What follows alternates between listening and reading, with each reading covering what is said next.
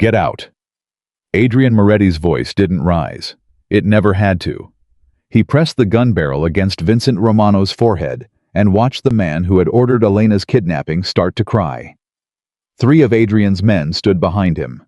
The room smelled like fear and old money.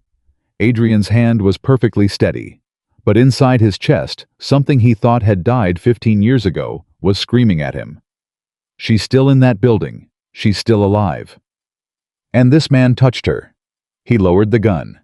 Then he hit Romano so hard, the chair flew backward. You had one rule, Adrian said quietly. Never make it personal. Romano made it personal. If this story already has your heart pounding, drop your city in the comments below. I want to see how far this story has traveled. And if you haven't subscribed yet, hit that button now and stay with me until the very end, because what happens next will change everything you think you know about this man. The night Adrian Moretti decided to stop being invincible started the same way most disasters do, quietly and without warning. He was bleeding, not the way men in his world usually bled, from bullets, from knife wounds sustained in back alleys while making examples of people who had made the mistake of believing they could steal from him. No, this was different. A jagged gash along his left side, courtesy of a piece of rebar that had caught him when the explosion tore through the warehouse on the west side at 11:42 on a Tuesday evening. The kind of wound that wasn't life-threatening if you got it looked at. The kind that could kill you quietly over 3 days if you didn't. Adrian Moretti was a man who understood exactly 2 things about pain. First, you didn't show it. Second, you dealt with it yourself. So instead of calling any of the 6 men who would have driven through a burning city to get him to a private doctor, he drove himself. And instead of going to any of the 3 physicians on his payroll, men who asked no questions, filed no paperwork, and had built very comfortable lives on that arrangement, he found himself on the west side of a neighborhood he didn't recognize, parked outside a small clinic with a buzzing fluorescent light above the door and a handwritten sign taped to the glass that said, "We still see patients after 10 p.m. Nobody gets turned away." He almost kept driving. He told himself later that he didn't know why he stopped. That was a lie, and he knew it even then. He stopped because he was tired, not physically tired. Adrian Moretti had survived 3 nights without sleep during a turf war in 2019 and handled a full board meeting the next morning.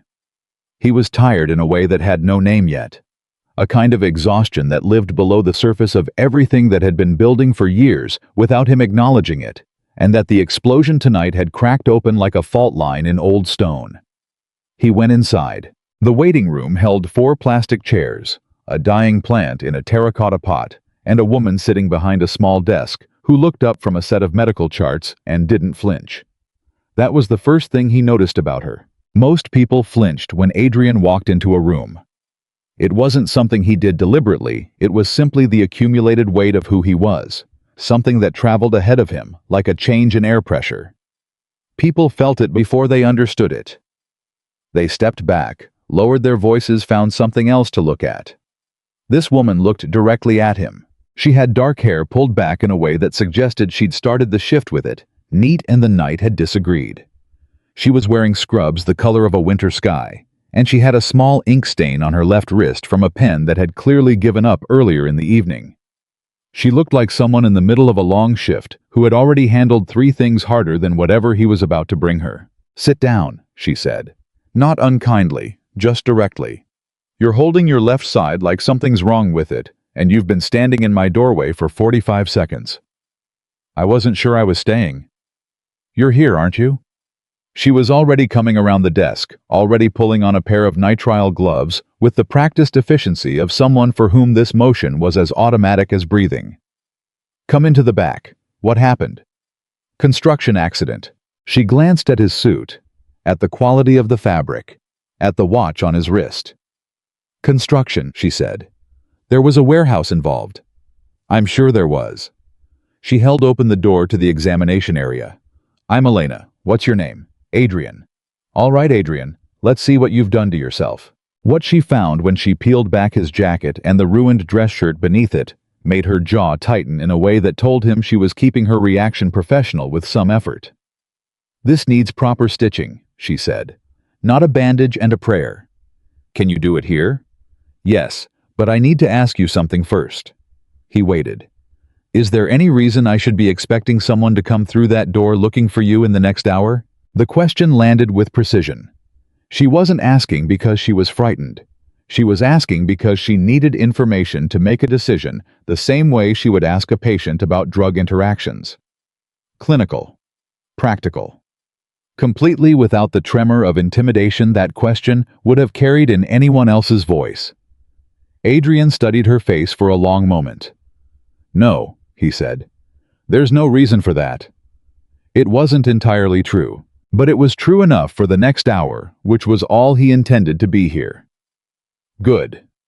She was already preparing what she needed, moving with the quiet efficiency of someone who had worked too many nights alone in this small space. "This is going to hurt. I can give you a local anesthetic, but I want to warn you the injection itself is unpleasant. I've had worse." "I'm sure you have." She didn't say it with judgment, just acknowledgement. "Tell me if it becomes unbearable." "It won't." She looked at him. Then, one of those direct assessing looks she seemed to deploy the way other people used words with intention. "You say that like you've made a decision about it ahead of time." "I have." "That's not how pain works." It is," Adrian said, "if you've had enough practice." Something shifted in her expression. Not pity, he would have stopped talking immediately if it had been pity. Something quieter than that. Recognition, maybe. The kind that surfaces when something true gets said in a room where most things are kept polite and careful. She went back to work. He didn't talk to people. That was another rule.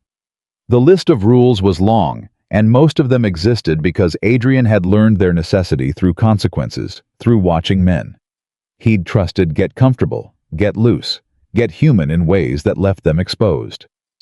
Talking was exposure. Every word was a piece of information someone could eventually use. But she asked him questions the way she worked, not invasively, just as part of the rhythm of what she was doing. Practical questions first. Any allergies? Any medications? Had he hit his head? Was the pain localized or spreading? And then, without making it feel like a transition, "Are you from New York originally?" "No." "Where from?" "Does it matter?" She glanced up briefly. "It doesn't. I'm just making conversation so you don't tense up and pull the stitches while I'm placing them." He almost smiled. "Chicago." "How long have you been here?" 20 years. "Do you like it?" He considered the question with more seriousness than it probably warranted. "I like what I've built here." "That's not the same thing as liking the city." "No," he agreed. "It's not." She was quiet for a moment, working with careful attention, and then she said, "I'm from a town in Ohio you've never heard of. Population 11,000. I've been in New York for 14 months. Do you like it?" "I like what it's given me the chance to become." A small pause. "That's not the same thing as liking the city either." And there it was, the first moment. The first time something moved between them that wasn't just the professional transaction of a nurse treating an injured stranger after midnight. It was the recognition of two people who were both in their different ways, living in the gap between where they'd come from and who they were still in the process of becoming. Adrian felt it the way you feel the first shift in a card game. A change in the probability of everything. He didn't say anything. Neither did she. She just kept working. "You're going to have to keep this dry for 72 hours, she told him when she finished. She was writing on a small notepad aftercare instructions, he realized. She was giving him written aftercare instructions, as though he were any patient who might forget. "Change the dressing every day. If it starts showing heat or any kind of discharge, don't wait. Get it seen immediately. Infection can move faster than people expect. You do this alone every night." She looked up. "What?" "This clinic. It's midnight. There's no one else here. My colleague usually works the late shift with me, but she has a sick child." Elena said it without complaint, just information. "We're understaffed. Most small clinics are. This neighborhood," he stopped, "is not the safest. I know." She capped the pen. "But the people who live here deserve medical care the same as anyone else. More actually because they have fewer other options." That's not a sustainable argument for putting yourself at risk. Maybe not. She looked at him steadily. But it's the one I live with. Adrian was quiet for a moment. Something was happening that he did not have a procedure for. I was interested. Genuinely, uncomplicatedly interested in what she thought, in how she had arrived at the particular person she appeared to be, in the details that had shaped someone who would look at a man she didn't know and couldn't fully read and make a decision, without hesitation, to let him into her space and take care of him. "Why did you let me in?" he asked. "You needed stitches." "You didn't know that when I walked in the door." She considered him. "No, but you weren't going to hurt anyone. I've been doing this long enough to read the difference." "You were confident of that." "I was." A small beat. "Was I wrong?" "No." "Then I wasn't wrong to let you in." The logic was so simple and so complete that it sat between them like a fact. He should have left. He had the stitches. He had the aftercare instructions, written in clear, precise handwriting on a notepaper with a small printed logo of the clinic in the upper corner. He had no reason to stay. He stayed. Not because he manufactured a reason. Just because when Elena made 2 cups of coffee. "It's late, and you've lost some blood, and you shouldn't be driving for another 20 minutes anyway." He sat down at the small table in the back room, and she sat across from him, and they talked. He didn't remember the last time he had simply talked to someone. Not negotiated. Not strategized. Not assessed. Not performed the particular version of himself that he wore in every room where something was at stake. Just talked. She told him about Ohio. About the family she'd grown up in, a father who repaired appliances, a mother who taught 3rd grade, a household that was warm and ordinary, and then in the space of 1 year, simply gone. Her mother first. A stroke sudden and final. Her father 6 months later. Not illness, just the collapse of a man who had organized his whole life around one person and could not restructure it fast enough when that person was no longer there. "I'm sorry," Adrian said. "Thank you." She said it plainly without the deflection most people used. "It was 2 years ago. I'm still learning what it means to be a person with no family. It changes the shape of everything." "Yes," he said. "It does." She looked at him. "You too. Different circumstances." He was quiet for a moment. "But yes." It was the most honest thing he had said to anyone in years. Elena didn't push. She just nodded the way someone nods when they've heard something real and understand that asking for more would break the fragile atmosphere that made it possible in the first place. "Is that why you came to New York?" he asked. "After. I needed somewhere that didn't know my old life. Somewhere I could be new." She wrapped both hands around her coffee cup. "Does that sound like running away?" "It sounds like survival." "Maybe they're the same thing sometimes." "Maybe," Adrian agreed. "But surviving matters more than what you call it." She smiled then, the kind that changes a face rather than performing on it. It landed on him in a way he wasn't prepared for. He looked away. They talked for 2 hours. He did not tell her who he was. He gave her his first name and nothing else, and she didn't ask for more, which was either trust or instinct or both, and he found himself grateful for it in a way that was disproportionate and slightly alarming. She told him about the clinic that she had founded through a volunteer network, that the doctor who ran it was a 63-year-old man named Dr. Marcus Webb, who had spent 30 years in emergency medicine, and then upon retiring from the hospital system, had immediately opened the smallest, most poorly funded clinic in the borough because he couldn't figure out who he was without the work. "He sounds like a man I'd understand," Adrian said. "He's a good man," Elena said. "There are fewer of those than people think." The weight of that sentence was not lost on him. He said nothing. "What do you do?" she asked. "When you're not having warehouse accidents?" "Business." "What kind?" "The complicated kind." She tilted her head slightly, the look of someone who has received an incomplete answer and has decided for now to accept it.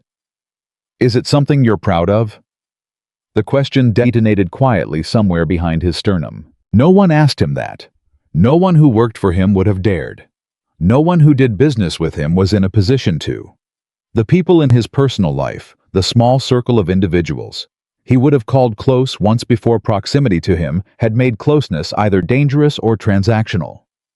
None of them had ever asked him whether what he did was something he was proud of. He took a long moment before he answered. "Parts of it," he said finally. "The parts where I kept my word." Elena studied him with those clear, direct eyes. "And the other parts?" "I made decisions I'd make differently now." "How differently?" "Differently enough that they'd barely be recognizable." She was quiet, turning her coffee cup slowly between her palms. "Then, I think most people feel that way. I think most people are living a little bit behind the person they're becoming." "You're generous," he said. "I'm honest." She met his eyes. "There's a difference." At 2:30 in the morning, he stood to leave. She walked him to the door of the clinic, and for a moment they stood in the space where the buzzing light made everything look a little unreal, a little suspended outside the normal run of time and consequence. "Your stitches," she said. 72 hours. "I remember. And if anything changes with the wound, I know where to find you." She nodded. He started to turn. "Adrian." He turned back.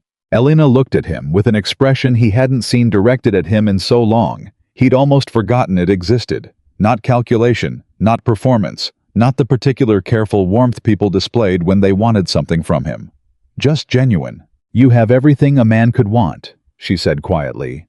"I can see it on you, the money, the control, the way you carry yourself. But you look like someone who hasn't slept in years." A small pause. "I hope you find whatever it is you're actually looking for." He stood there. He didn't have an answer.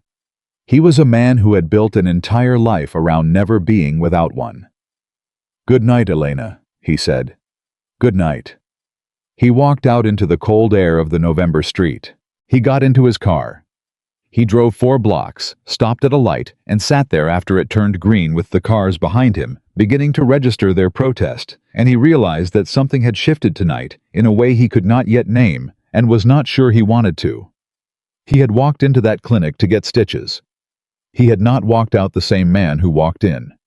He told himself it didn't matter. He told himself he would not go back. He told himself this was what it was. One night, one conversation, one unexpected human moment in a life built specifically to exclude them. He drove home. He did not sleep. 3 days later, he drove past the clinic. He told himself he was in the neighborhood for other reasons. The lie was so thin, it barely constituted a thought.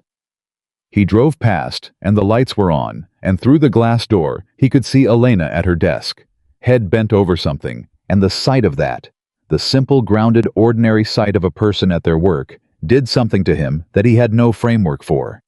He kept driving. He made 4 calls in the next hour, calls that had nothing to do with the clinic or the woman inside it. Calls about supply chains and territories, and a situation developing in Queens that needed handling. He gave clear, calm instructions in the voice of a man who had his world completely under control. He drove past the clinic again on his way back. He did not stop. He did not stop the time after that either. But he slowed down. A week later, he had done something he had not done in a very long time. He had made a decision based entirely on something he felt, rather than something he calculated.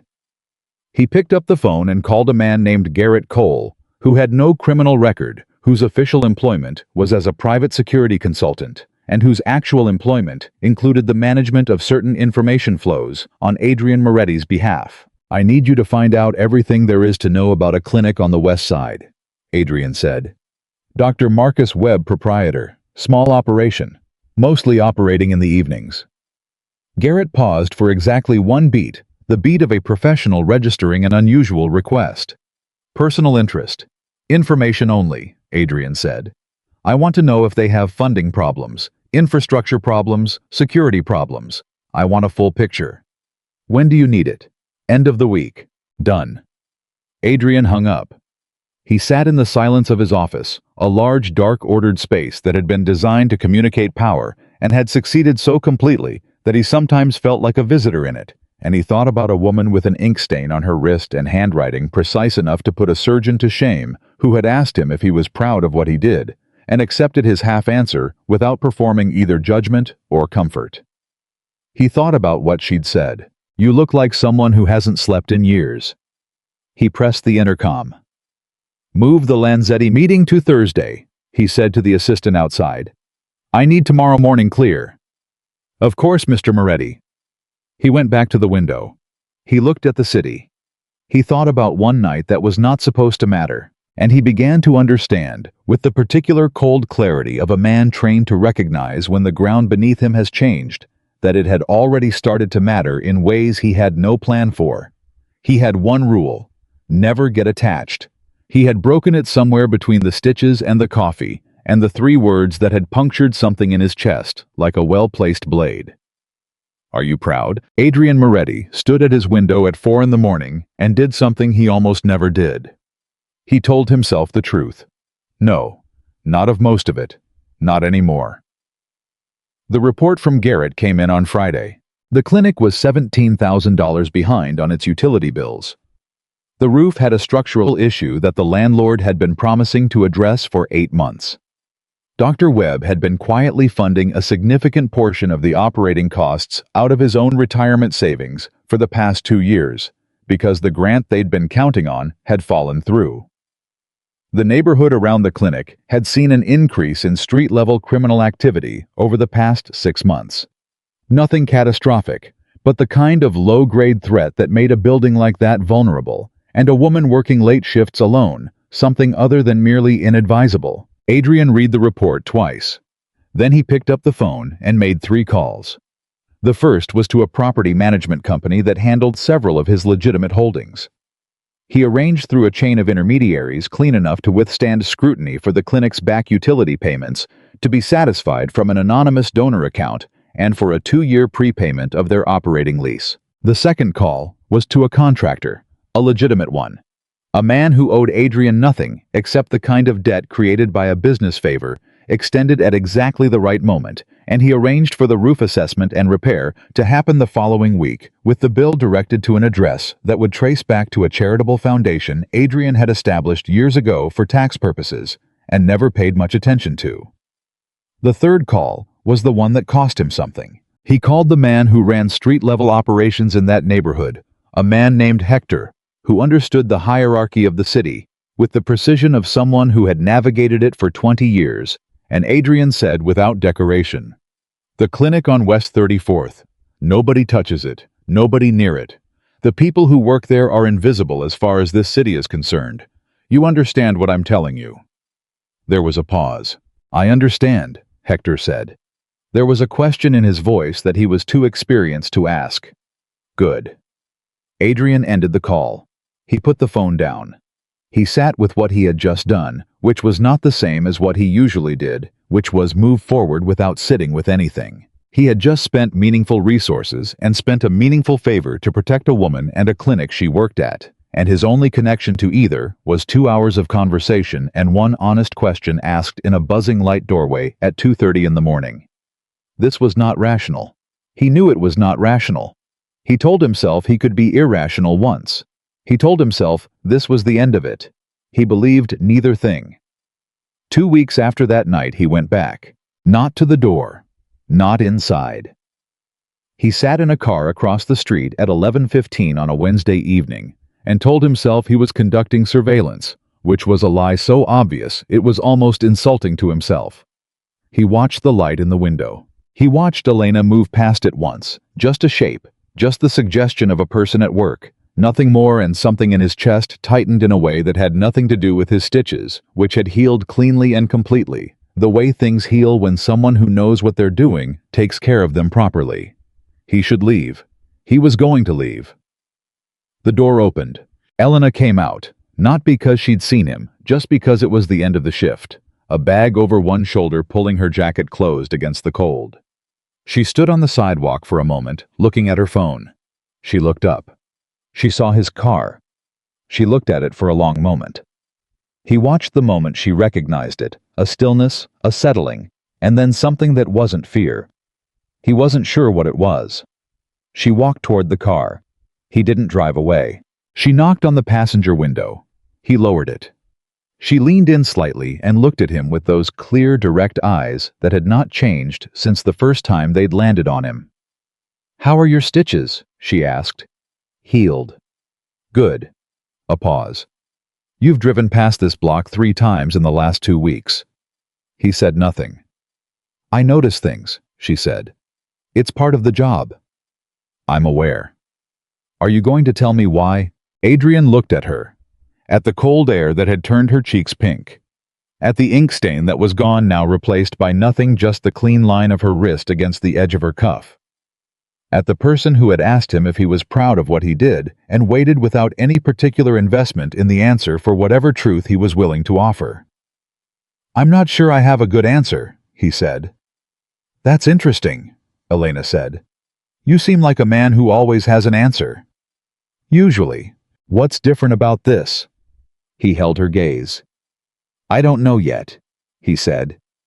It was again the most honest thing he had said to anyone in years. Elena was quiet for a moment. The cold air moved between them. Then she said, "Do you want to come in? Dr. Webb made coffee before he left. It's terrible, but it's hot." Adrian Moretti, a man who controlled neighborhoods, whose name made other powerful men lower their voices, who had spent 20 years building an empire on the bedrock principle of never needing anything he couldn't take or buy, opened his car door. "Yes," he said. He went inside. The buzzing light flickered once above them as the door closed, and the night that was supposed to have already ended began for the second time to matter in ways that neither of them had any plan for, and that would change everything before either of them was ready. The terrible coffee was in fact terrible. Adrian drank 2 cups of it anyway. He sat at the same small table in the back room of the clinic where he had sat 3 weeks ago, and Elena sat across from him the same way she had then. And the strange thing, the thing he was not fully prepared for, was how little effort it took. There was no performance required, no version of himself he needed to construct and maintain. He was just a man sitting across from a woman drinking bad coffee at 11:30 at night, and the simplicity of it was so foreign to his actual life that it felt in a way he could not have articulated to anyone like something close to rest. "The roof got fixed," Elena said. She was watching him with that particular quality of attention she had, not aggressive, not probing, just present, fully uncomplicatedly present. "I noticed. It happened very quickly after a very long time of not happening. And before that, the back billing on the utilities cleared overnight." She paused. "Dr. Webb thinks we finally got traction with the city grant office. I didn't say anything to contradict him." Adrian said nothing. "Was it you?" she asked. He held her gaze. The honest answer and the safe answer were not the same answer. "Something needed fixing," he said. "It got fixed." Elena studied him for a long moment. Then she nodded. Not the nod of someone satisfied with a partial answer, but the nod of someone who has decided to file the partial answer away and return to it later when she has more information. "Why?" she asked. "Because the clinic does good work. You didn't know anything about the clinic 3 weeks ago. I learned about it. You had someone look into us." Not a question. A conclusion she had arrived at through the same clean logic she applied to everything else. "The neighborhood has problems," Adrian said carefully. "I wanted to understand what assets it had." "Assets." She turned the word over. "You talk about a community clinic like a chess piece. I talk about everything that way. It's how I think. And yet you fixed the roof." She looked at him. "That's not chess. That's something else." He didn't answer. "What do you actually do, Adrian?" The question was the same one she'd asked 3 weeks ago, and he had given her the same half answer, and she had accepted it the same way, not because she believed it was complete, but because she was the kind of person who understood that some truths arrived on their own schedule and couldn't be extracted before they were ready. "I manage things," he said. "What kinds of things? The kinds that other people can't or won't manage themselves." She was quiet. "That's either very noble or very troubling. Possibly both." "Possibly both," he agreed. A silence opened between them, not uncomfortable, just full. The kind of silence that happens between two people when they are both thinking things they haven't decided yet whether to say. Elena broke it first. "I looked you up," she said. The air in the room changed, not dramatically. He didn't reach for anything, didn't move, didn't allow any of the immediate trained calculations running through him in that moment to surface on his face. But something shifted. The easy warmth of the last 20 minutes drew back slightly, the way water draws back before a wave. "And," he said, "the name Adrian comes up attached to a lot of things." She was watching him steadily. "Most of them are vague: business holdings, real estate, import operations, the kind of official paper trail that's there specifically, so you don't have to have a different kind of trail." A pause. "And then there are the other things. The things that aren't on paper, but that people in certain neighborhoods know anyway." "What do people in certain neighborhoods say?" "That Adrian Moretti is a man you don't want to have a reason to meet." She said it without flinching. "That he runs a significant piece of this city's underground. That people who cross him regret it in ways that are difficult to recover from." The sentence sat between them.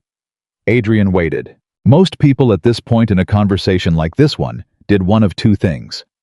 They either battled, suddenly remembered an appointment, found a reason to create distance, let fear rearrange their face and their posture, or they leaned in, let the dangerous information make them curious. In the wrong way, started performing a kind of reckless bravery that was really just a different shape of fear. Elena did neither. "Is it true?" she asked. "Which part?" "The part about people regretting crossing you." He held her gaze. "Yes." She nodded slowly. "And the rest of it, the underground, the empire." "What do you want me to say?" "I want you to say what's true." "The truth," Adrian said carefully, "is complicated. Most true things are." She leaned forward slightly. "I'm not asking you to confess. I'm asking you to be honest with me about who you are. Because I've let you into this space twice now, and if I'm going to keep making that decision, I need to understand what I'm deciding." The directness of it was like a hand placed flat on a table. No drama, no threat. Just a clear, reasonable request from a person who had already demonstrated that she was capable of handling information without falling apart, and who was simply asking to be treated accordingly. He looked at her for a long time. "Yes," he said finally. "The broad strokes of what you found are accurate."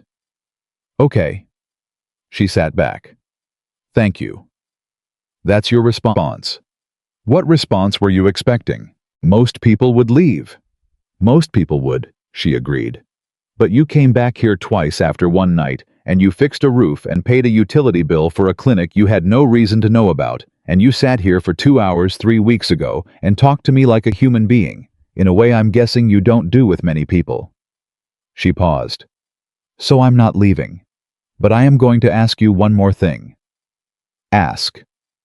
"Why did you come back?" The question was simple and enormous, and he did not have a clean answer for it.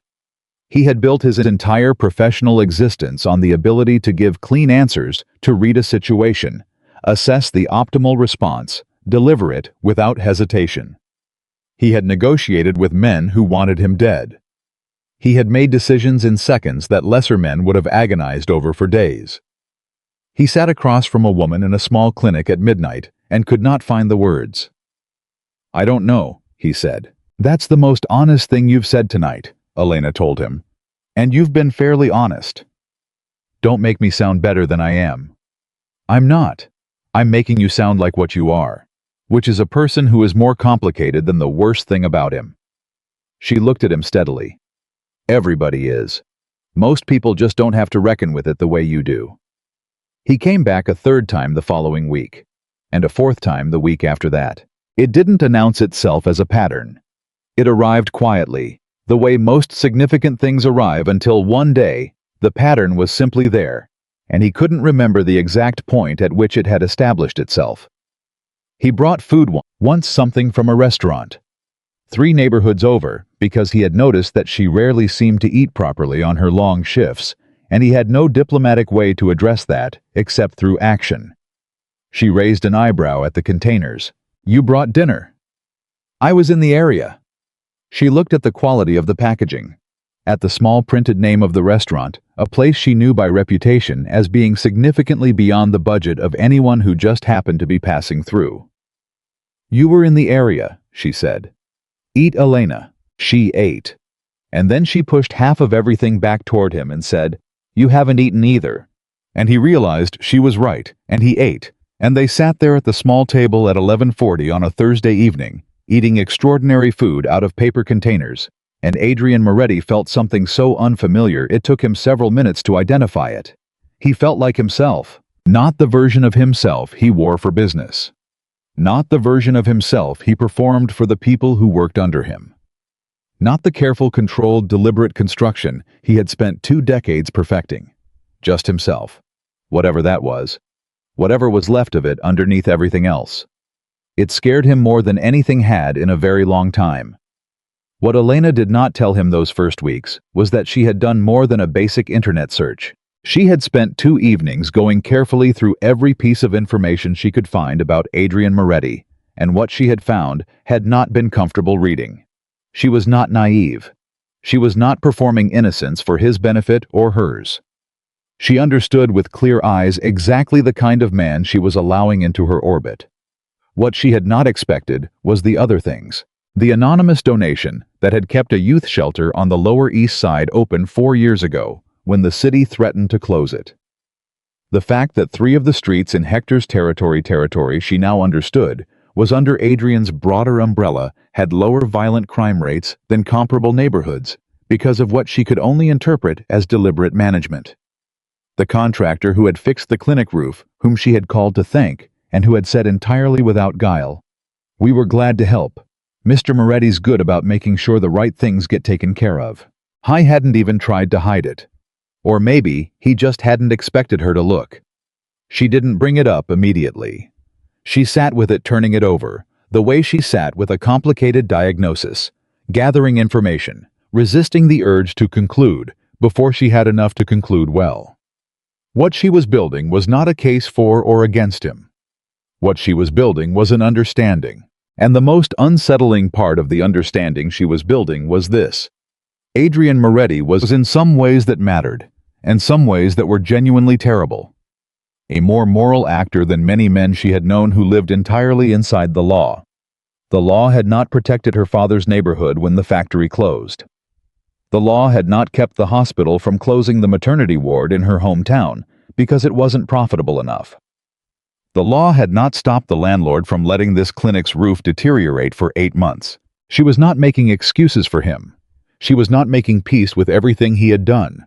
She was just refusing to be simple about it, which was the same thing she refused to be about everything else. The night he told her the truth, she had not asked for it. It was a Thursday, 4 weeks after he had started coming back, and she had worked a difficult shift a child brought in after a fall that turned out not to be a fall. The particular helpless fury of suspecting harm and having insufficient evidence to act on it, the call she'd made, and the limitations of what she could do. She was sitting at the table when he arrived, and she looked tired in a way that was deeper than a long shift. He sat down. He didn't say anything at first. She didn't explain. After a while, she said, "Do you ever get used to the fact that you can't always fix the thing that needs fixing?" "No," he said. "But you learn to fix what you can and carry what you can't." She looked at him. "Is that what you do?" "It's what I try to do." "Adrian." She said his name quietly without drama. "I want you to tell me something true. Not about business. About you. About why you built the life you built." He was quiet for a long moment. I thought about all the reasons he had never told anyone this.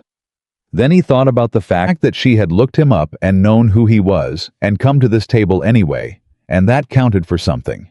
It counted for a great deal, actually, in a world where most people's honesty with him was shaped by what they feared or what they wanted. "My father died when I was 16, he said. "We were in Chicago. He ran a small business, not legal but small. Local. Nothing ambitious. He was a man who stayed in his lane and expected that to be enough protection." A pause. It wasn't. Someone bigger wanted his territory. The way they made that point was final. Elena was very still. I watched everything my mother had built get taken away in 6 months, because there was nobody to protect it. Nobody to protect her. He kept his voice level, the way he kept everything level, because the level voice was not a performance. It was the thing that had kept him functional for 22 years. I made a decision at 16 that I was never going to be the man who couldn't protect what mattered. I was going to be the man that the other men had to reckon with. And did it work? She asked. Yes. And did it cost you? He looked at her. Everything. The word landed in the room and stayed there. Elena leaned forward slowly, her elbows on the table, and she said, "What's left of you, underneath all of it? What's still there?" He didn't answer for a long time. "I'm not sure," he said finally. "I came here a month ago to get stitches, and somehow I keep coming back, and the only explanation I have is that when I'm sitting at this table, I feel like I might be able to find out." Something moved across her face. Not pity, not tenderness, something more precise than both. Recognition. The look of someone who has heard a true thing and knows it. "Then keep coming back," she said simply. "Elena, I know what you are." Her voice was steady. "I know what you've done. I'm not asking you to be something different. I'm just saying that whatever is still under all of it, that part is worth finding." A small pause. "And for what it's worth, I see it. I've seen it every time you've walked through that door." He looked at her. He felt something crack open in his chest. Not painfully, not like breaking, but like a door that has been locked for so long, it has fused into the wall, suddenly giving on its hinges. He didn't say anything. She didn't require him to. What neither of them were prepared for was Marcus Webb.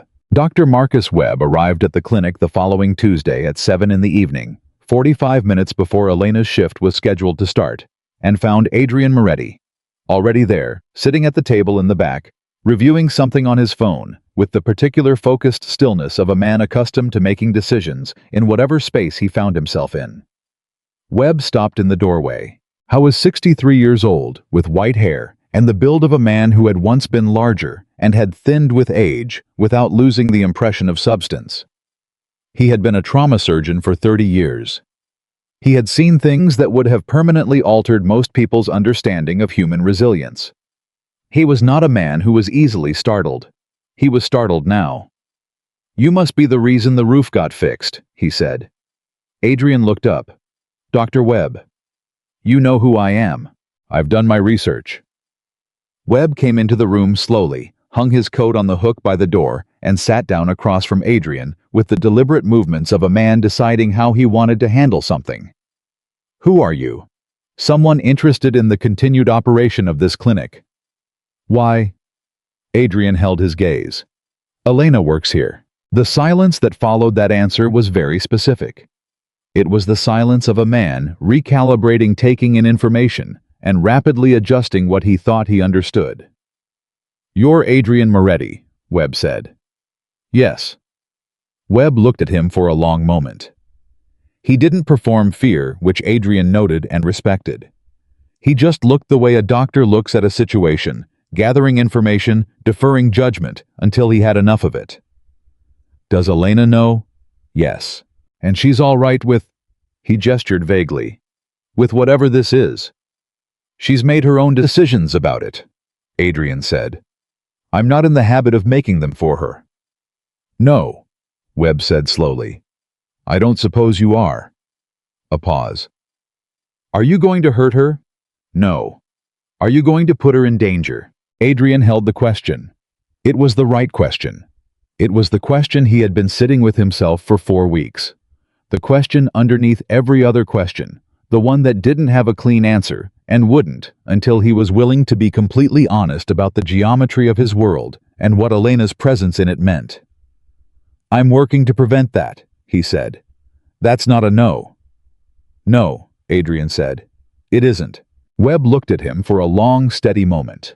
Then he stood, went to the terrible coffee machine and started a pot. "I've been around long enough to know," he set his back to Adrian, "that the most dangerous men are usually the most capable of change, and the most capable of damage." He turned slightly. "Usually both." That's been my experience as well, Adrian said. Then you understand why I'm going to keep watching. I'd expect nothing less. Webb turned fully. She lost her whole family in 1 year. Did she tell you that? Yes. She rebuilt herself entirely from scratch in a city that didn't know her. She's the strongest person I've ever worked with. She's also... He stopped. She's still rebuilding some of the parts that got broken. I'd prefer that process not be interrupted by the consequences of someone else's choices. So would I, Adrian said quietly. Webb looked at him. Whatever he saw in that answer, whatever tone it carried, or truth he heard underneath it, he appeared to make a decision. Coffee, he said. Please, Adrian said. The terrible coffee came. They drank it. The shift happened gradually, and then one evening all at once. It was a Wednesday night in the 5th week, and Elena came out of the examination room after a long call with a patient's family and found Adrian waiting, and something in her face when she saw him, the immediate involuntary settling of it, the small release of tension at the corners of her eyes, told him something neither of them had said yet. She sat down. You're becoming part of my routine, she said. Is that a problem? She looked at him carefully. I don't know yet. I think it depends on what you want it to be. Adrian had built an entire life on knowing exactly what he wanted and taking precise calculated steps toward it. He had never been uncertain about his objectives. He had never sat across from an objective and felt the word itself become inadequate. I don't have a template for this, he said. For what? For... He stopped. Tried again. For caring about what happens to a person without it being strategic. The word caring sat in the air between them, with the particular weight of something a man like Adrian Moretti did not often say out loud in any context, let alone this one. Elena didn't smile. She didn't perform warmth. She just looked at him with those clear, honest eyes and said, Is that what this is? I think so. You think so? I'm not accustomed to being uncertain about things. No, she agreed. I don't imagine you are. A pause. How does it feel? He thought about it seriously, the way he took every question she asked seriously. Dangerous, he said. She nodded slowly. Yes, it is. She looked at him. For both of us, Adrian, not just you. He held her gaze. I understood what she was saying. She was not pretending this was simple or safe.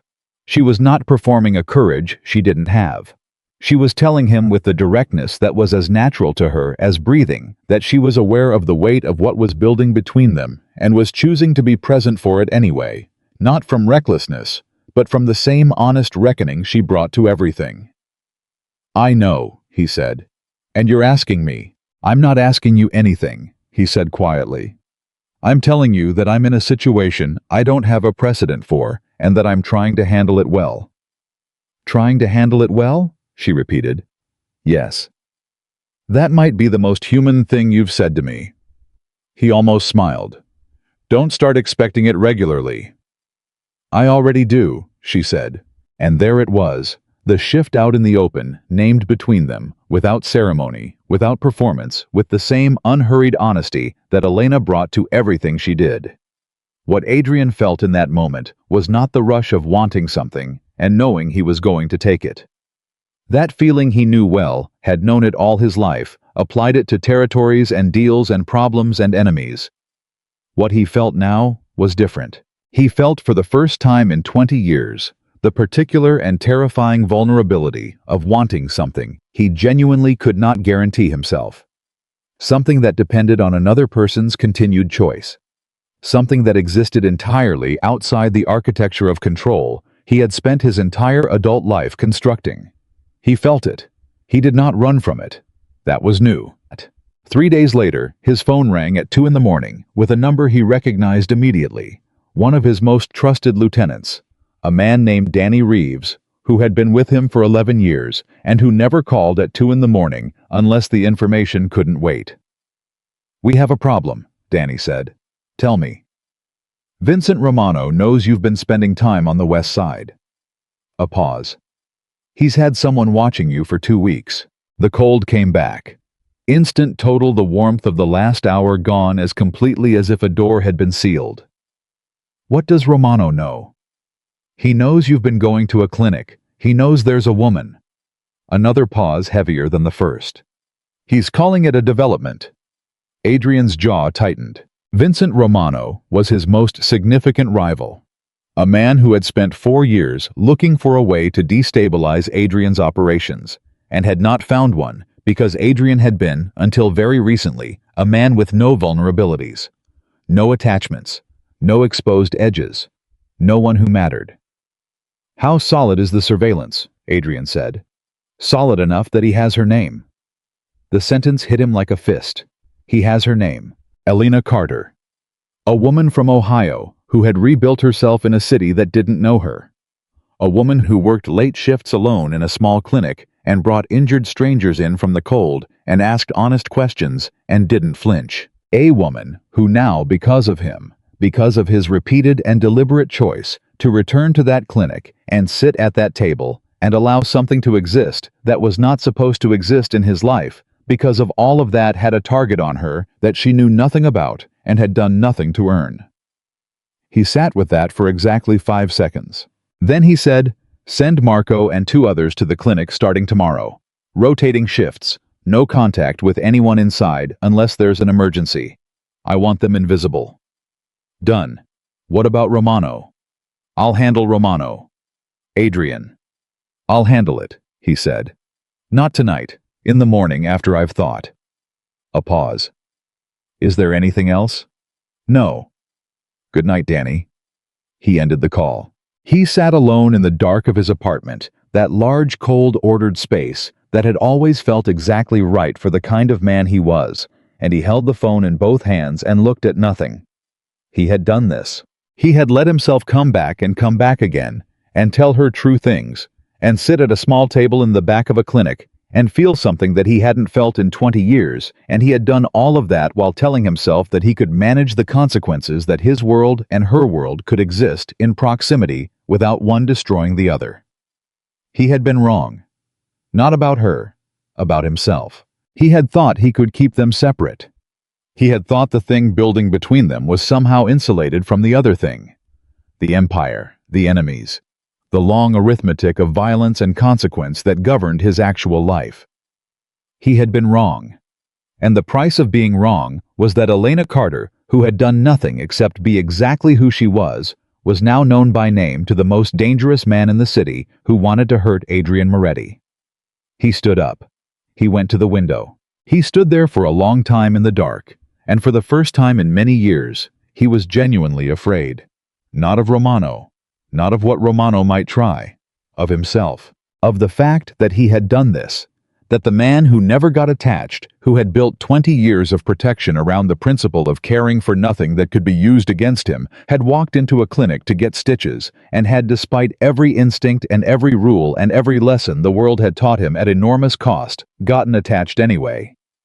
He thought about Elena's face when she looked at him. I thought about what it would mean if that face showed fear, instead of that clear, direct, uncomplicated honesty. He thought about what it would mean if it showed nothing at all. He made a decision. Not the kind of decision he was practiced at, not strategic, not cold, not optimized for outcome. Just a decision made by a man who had finally identified something in his life worth more to him than the empire he'd built to protect it. He was going to tell her, not everything. Not in one conversation. Not in a way that dropped the full weight of his world onto someone who deserved time to carry it on her own terms. But enough. He was going to tell her enough that she could make an informed decision about what she was walking toward, because she had given him that courtesy, and because she deserved it, and because this was the part that surprised him most, that he turned over in the dark like something he'd found and couldn't quite identify.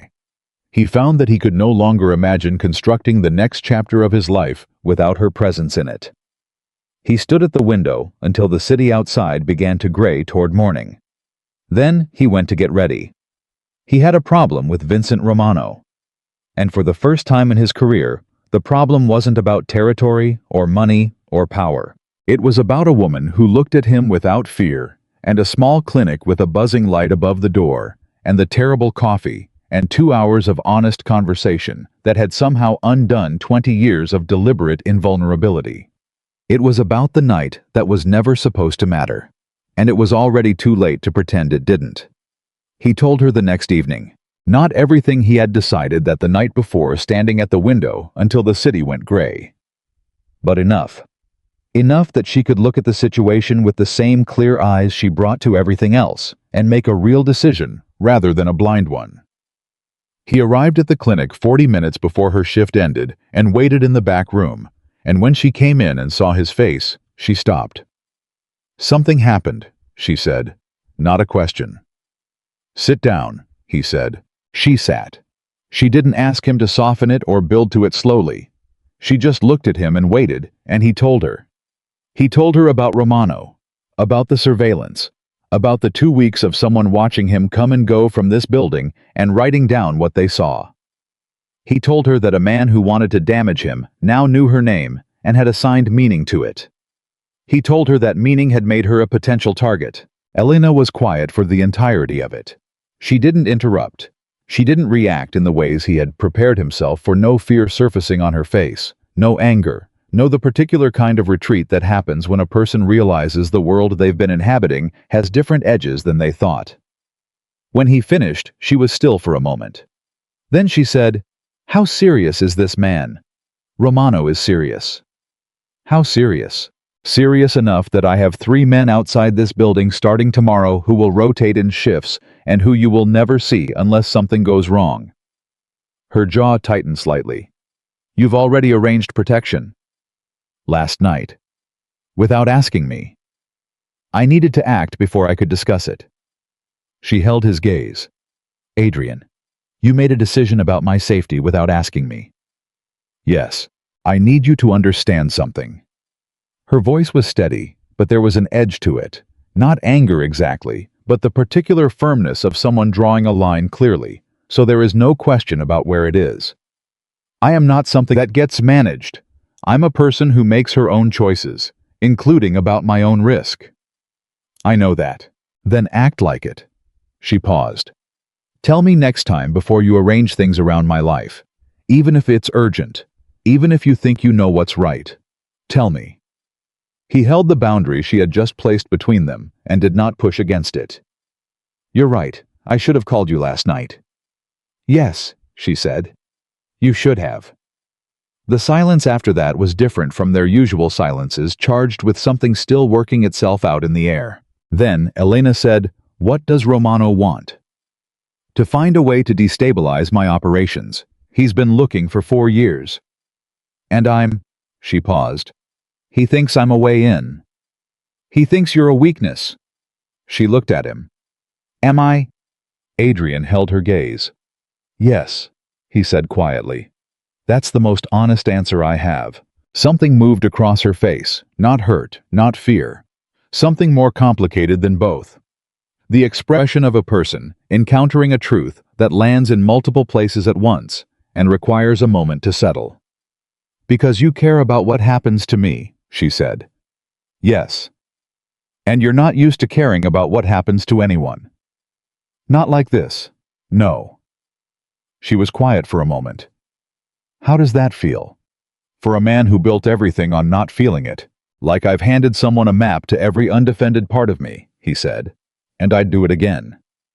The honesty of that statement surprised them both. Elena looked at him for a long moment. Then she stood, poured 2 cups of the terrible coffee, set one in front of him, and sat back down.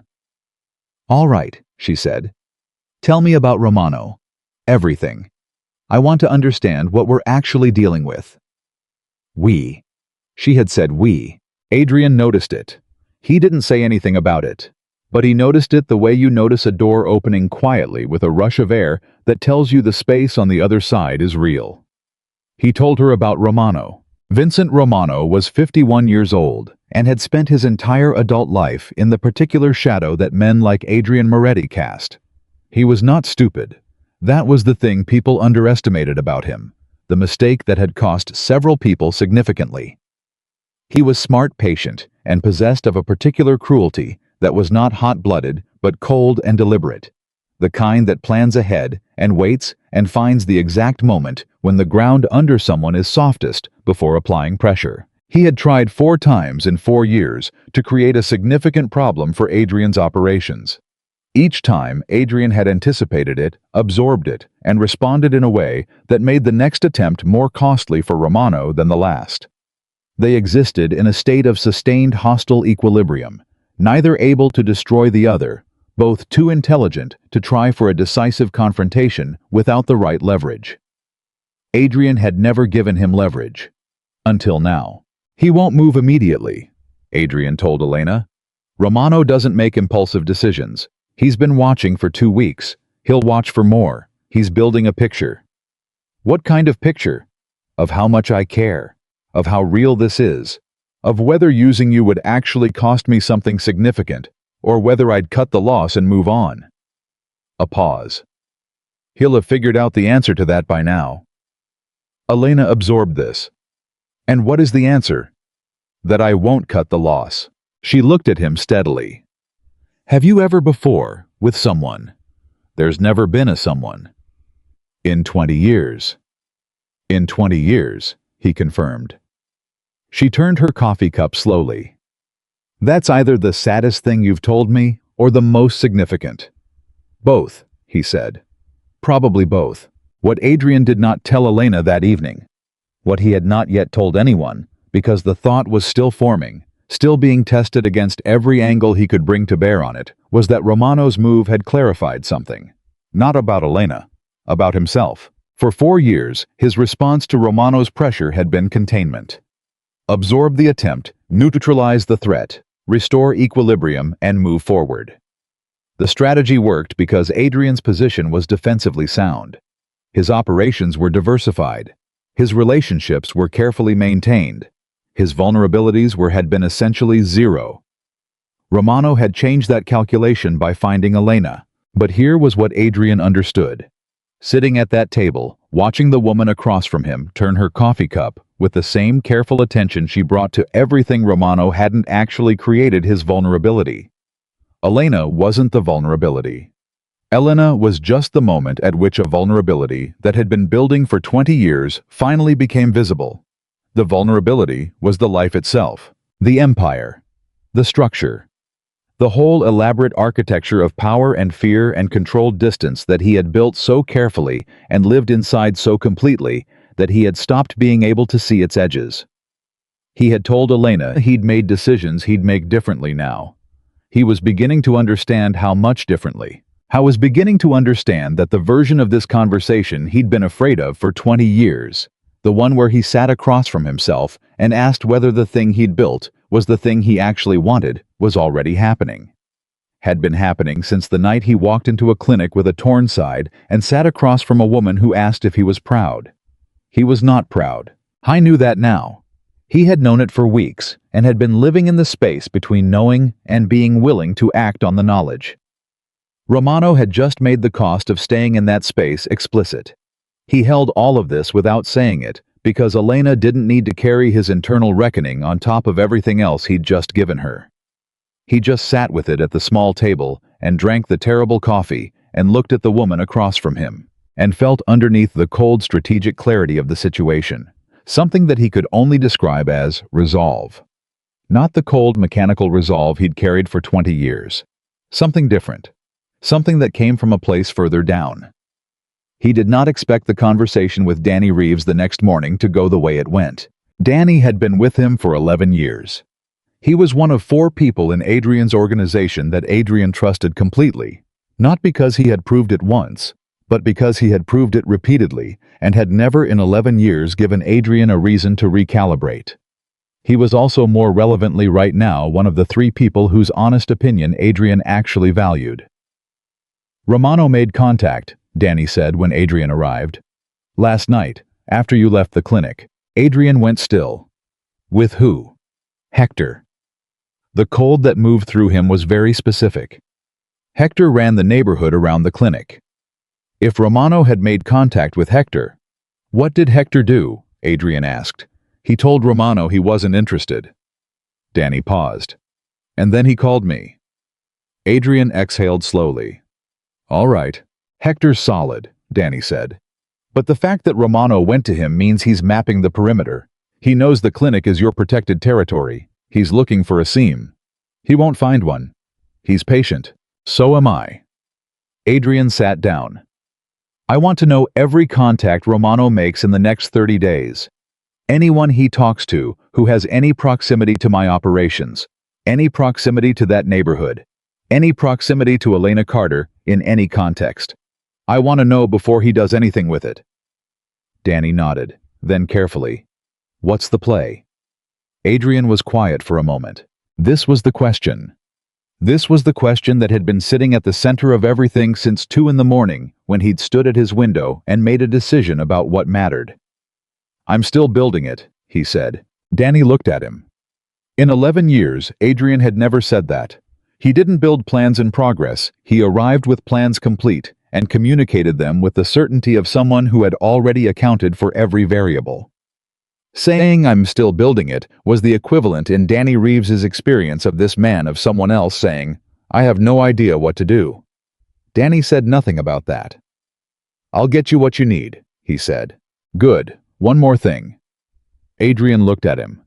The 3 men on rotation at the clinic, I want a 4th added, specifically at the end of Elena's shifts, when she's walking to her car, that window. Done. Should she know about the detail? She knows. A pause. She didn't love the decision. Danny almost smiled. No, I don't imagine she did. Elena, for her part, was doing her own version of the same thing. Adrian was building something in her head, testing it against what she knew, checking it for holes. She was not afraid. She had assessed herself for fear that morning the way she assessed patients for conditions systematically, without wishful thinking, and what she found was not fear. What she found was something more like the heightened alertness of a person who has just understood that the situation they're in has higher stakes than they previously calculated and who is deciding how to recalibrate accordingly. She told Dr. Webb. She told him everything. Not just the clinic protection and the roof and the utilities, which he had already pieced together, but all of it. Adrian. The stitches. The conversations. What was building between them? Romano. The surveillance.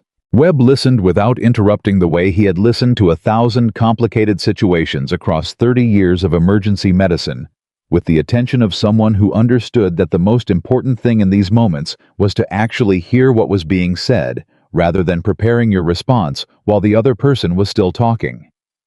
When she finished, he was quiet for a moment. Then he said, How do you feel about him? I think I'm falling in love with him, Elena said. Which is inconvenient. Yes, Webb said dryly. I'd say so. A pause. Is he in love with you?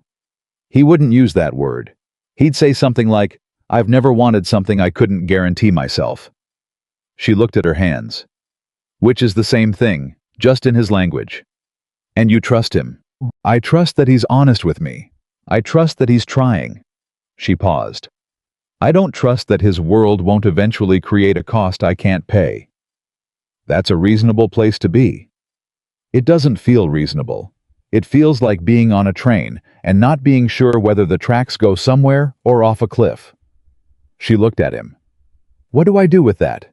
Webb thought about it seriously, the way she appreciated without platitude, without the performed comfort of someone who needed to resolve the anxiety of the person across from them. You stay honest, he said finally, with him and with yourself. You don't pretend you're certain when you're not, and you don't pretend you're uncertain when you're not either. He paused. Are you certain about him? Elena was quiet for a moment. I'm certain about who he is when he's at this table, she said.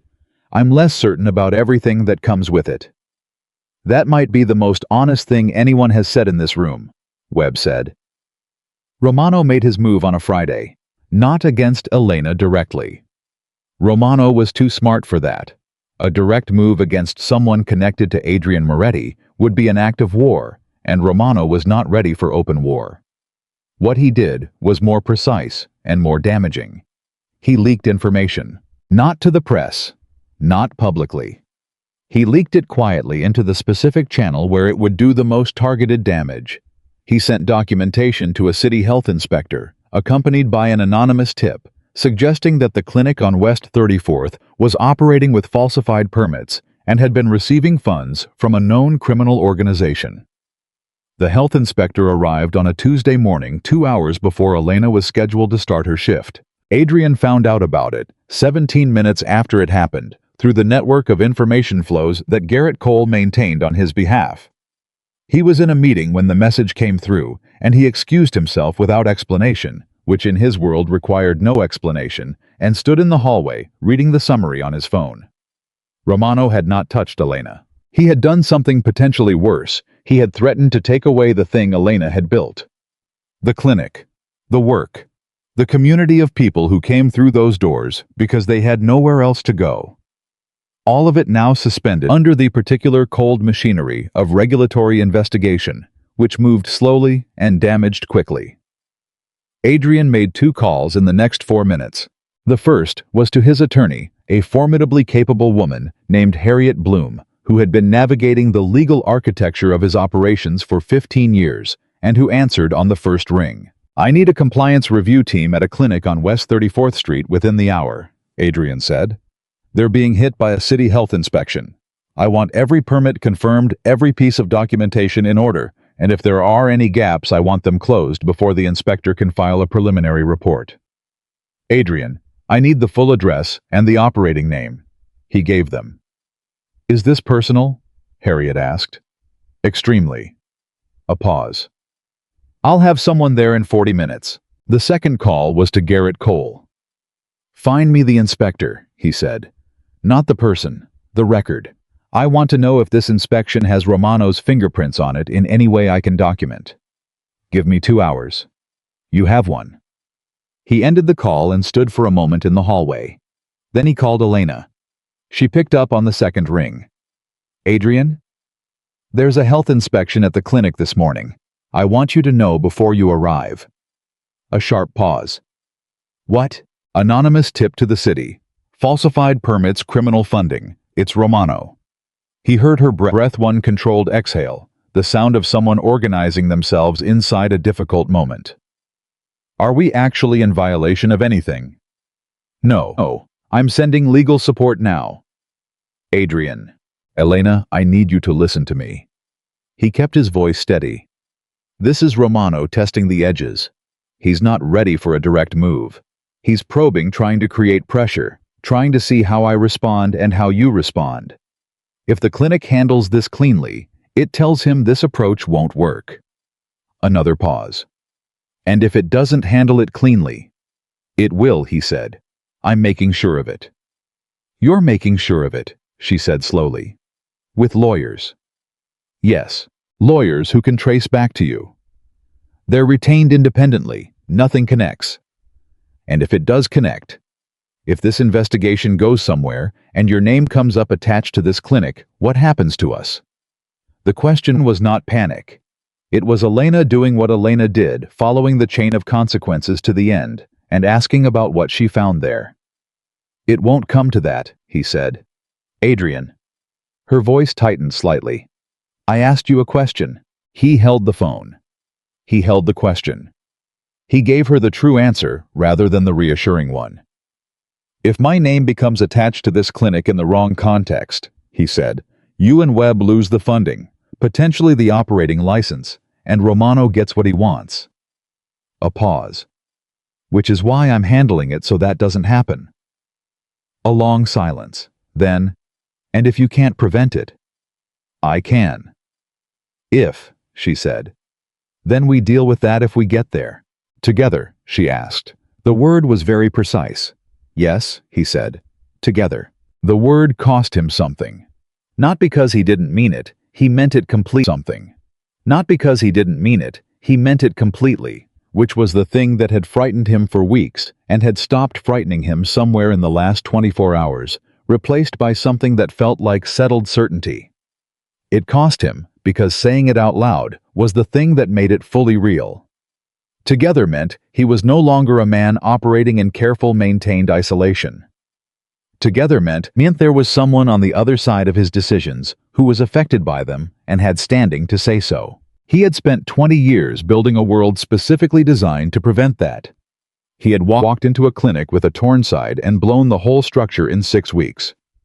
"I'll be there in an hour," Elena said. I know. The legal team better be good.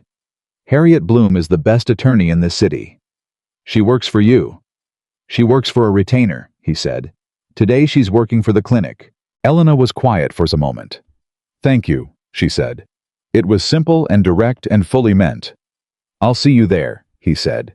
Harriet Bloom arrived in 38 minutes with 2 associates and a banker's box of documentation that she had assembled in transit with the efficiency of someone who had been handling impossible requests on short timelines for 15 years. She was 50 sharp-faced and possessed of a manner in professional settings that suggested she had been born directly into competence. She also, it should be noted, took one look at Elena Carter and revised her assessment of the situation immediately. She had known Adrian Moretti for 15 years. She had never once been called to a location for personal reasons. She had filed documentation that had kept him from criminal exposure on 4 occasions and had once sat across from a federal prosecutor and smiled pleasantly for 3 hours. She was not a woman who made assumptions. She made an assumption now. She caught Adrian's eye across the room. Adrian, who had arrived 6 minutes after her, and who was standing with the particular contained stillness of a man exerting significant effort, not to exert visible effort, and communicated in the completely silent language of 2 people who have worked together closely for a very long time. I see it. I have questions. We'll talk later. Adrian communicated back. Handle the inspection. She handled the inspection. By early afternoon, the inspector had reviewed every permit, every financial document, every operating certificate the clinic held. Harriet had produced paper trails for every significant funding source in the clinic's history. All of it documented and clean and organized in a way that made it evident immediately that whoever had filed the anonymous tip had either been badly misinformed or had expected a less prepared response. The inspector, who was a careful bureaucrat rather than a hostile one, and who had arrived expecting a mess and found instead a Harriet Bloom, filed a preliminary report confirming the clinic's operating compliance and closed the review. Webb shook Harriet's hand with the gravity of a man who has just watched a professional perform at the absolute height of their abilities. Thank you, he said. I didn't expect. You're welcome, Harriet said. Keep your documentation organized going forward. I've left notes with your administrator. She handed him a card. If anything like this happens again, call me directly. Webb looked at the card. He looked at Adrian. He looked at Elena. He didn't say anything. He went back to his office. Romano found out that afternoon. His source, inside the city inspector's office. A small investment that paid periodic dividends confirmed that the review had been closed without findings, and that a legal team of significant quality had been present for the duration. He sat with this for a long time. Howe was not a man who made the mistake of treating a failure as merely a setback. He treated it as information. What this told him was that Adrian's response time was faster than expected, and that his reach into legitimate professional channels was more operational than Romano had assumed. He had expected the clinic to take 2-3 weeks to get clean time, during which the pressure would build on Elena on Webb, on the whole fragile structure of that small operation. He had gotten 40 minutes and Harriet Bloom. He made a note. He began building the next approach. What Romano did not know, what he could not have known, because it happened that evening in a conversation that no one outside the room was aware of, was that he had made a critical miscalculation. Not about the clinic, about Elena. He had assumed as men, like Romano assumed that a woman in Elena's position, without money, without connections, without any structural power in the world, Romano understood would be frightened. That pressure applied to the things she cared about would make her pull back, would make her create distance from Adrian in an attempt to protect herself, and that Adrian watching her pull back would make the particular error that powerful men made when something they couldn't control started to fracture. He would overreach, and overreaching would expose him. It was a good theory. It was wrong. Elena Carter was sitting across from Adrian Moretti at 7 in the evening after the inspector was gone, and Harriet was gone, and Webb had gone home, and the clinic was quiet, and she was not frightened. She was resolute. He's going to try again, she said. Yes. Different angle. Yes. More personal, maybe. She looked at him. If the clinic didn't shake me, he'll try something that he thinks will. Probably. Can you stop him? I can slow him down, Adrian said. I can make every approach more costly than the last, but Romano is patient. A pause. And he's right that you're the thing he can use. Except I'm not going anywhere, Elena said. The sentence landed in the room with a completeness that didn't require elaboration. Adrian looked at her. Elena, I'm not saying it to be brave. Her voice was steady. I'm saying it because it's true. I'm not leaving my job. I'm not leaving this clinic. And I'm not leaving you because a man I've never met has decided to make me into a chess piece. She paused. What I am doing is asking you to be honest with me about everything from now on. Not 40 minutes after you know, immediately. Yes, he said. And I'm telling you that whatever decisions get made about how to handle Romano, I'm part of those conversations. I don't have to agree with everything, but I need to be in the room. He held her gaze. That's going to be difficult. Some of what gets discussed in those rooms. I know what gets discussed in those rooms, she said quietly. I'm not naive about what your world looks like up close. A pause. But I'd rather know than be protected from knowing. I can handle information. What I can't handle is being managed. It was the second time she had said that to him. He understood now that she was saying it because she meant it completely, and because she needed him to understand it completely. All right, he said. All right. You're in the room. For anything that directly concerns you, yes. She studied him. Is that hard for you? Extraordinarily, he said. I've made every decision in my life alone for 20 years. I know. She paused. How does it feel to not? He thought about it. Like I'm still learning the rules of a game I've never played. Welcome to having a partner, she said quietly. The word hung in the air between them. Partner. He didn't say anything. She didn't need him to. Danny Reeves called at 9 that night. Romano's been on the phone for 6 hours, he said. He's building something. I don't have the shape of it yet, but it's bigger than the clinic inspection. How long before you have it? 48 hours maybe. He's being careful. He's always careful. Adrian looked out the window. What's your read? Danny was quiet for a moment. I think he's decided he can't hit the woman directly. Too much blowback from you. Too much attention. So he's going somewhere else. Where? Somewhere that removes your ability to protect her, Danny said. He's not going after Elena. He's going after you. The sentence landed differently than it would have 3 months ago. Before the clinic. Before 6 weeks of conversations at a small table. Before Elena's handwriting on aftercare instructions and the terrible coffee, and we said simply and together, said with precision that cut to the bone. Before he had something to lose. Romano wasn't going after Elena. He was going to try to remove Adrian from the board entirely. And the thing that Adrian felt receiving that information was not the cold professional calculation he would have felt a year ago. The strategic response, the counter-positioning, the rapid assessment of his defensive posture. He felt something much more human. He felt protective.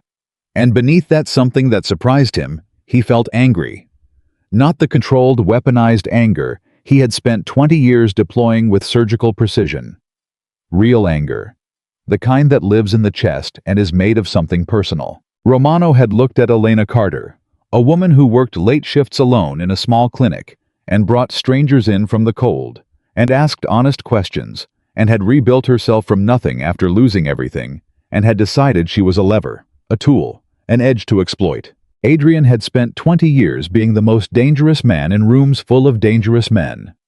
He had maintained that position through intelligence, through patience, through the perfect calibration of force and restraint that kept opponents constantly miscalculating the ground beneath them. He had never done it for something that mattered to him personally. He was about to find out what he was capable of when he did. I want everything you can get in 48 hours, he told Danny. And I want Garrett running parallel. Both of them full resources. And when we have the shape of it, then we build the response, Adrian said. And Danny, this one's different. A pause. Different how? Romano thinks I'll protect myself the way I always have. Absorb, neutralize, restore equilibrium. A pause. He's wrong about what I'm protecting this time, which means he's wrong about how I'll respond. Danny was quiet. He had known Adrian Moretti for 11 years. He had never once heard him say something like that. I understand, he said carefully. Good night. Adrian ended the call. He sat in the quiet of his office. He thought about a woman who had said, I'm not going anywhere without drama, without performance, with the same clean directness she brought to everything, and who had meant it so completely that it had reorganized something in him. I thought about what he was willing to do. He thought about what he was willing to change. He thought about Vincent Romano, who had spent 4 years looking for Adrian Moretti's weakness and had finally, at the cost of one anonymous tip and a legal battle he lost in 40 minutes, found it.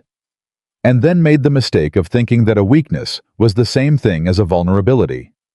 It wasn't. Elena was not where Adrian was exposed. Elena was where he was certain, and there was a difference.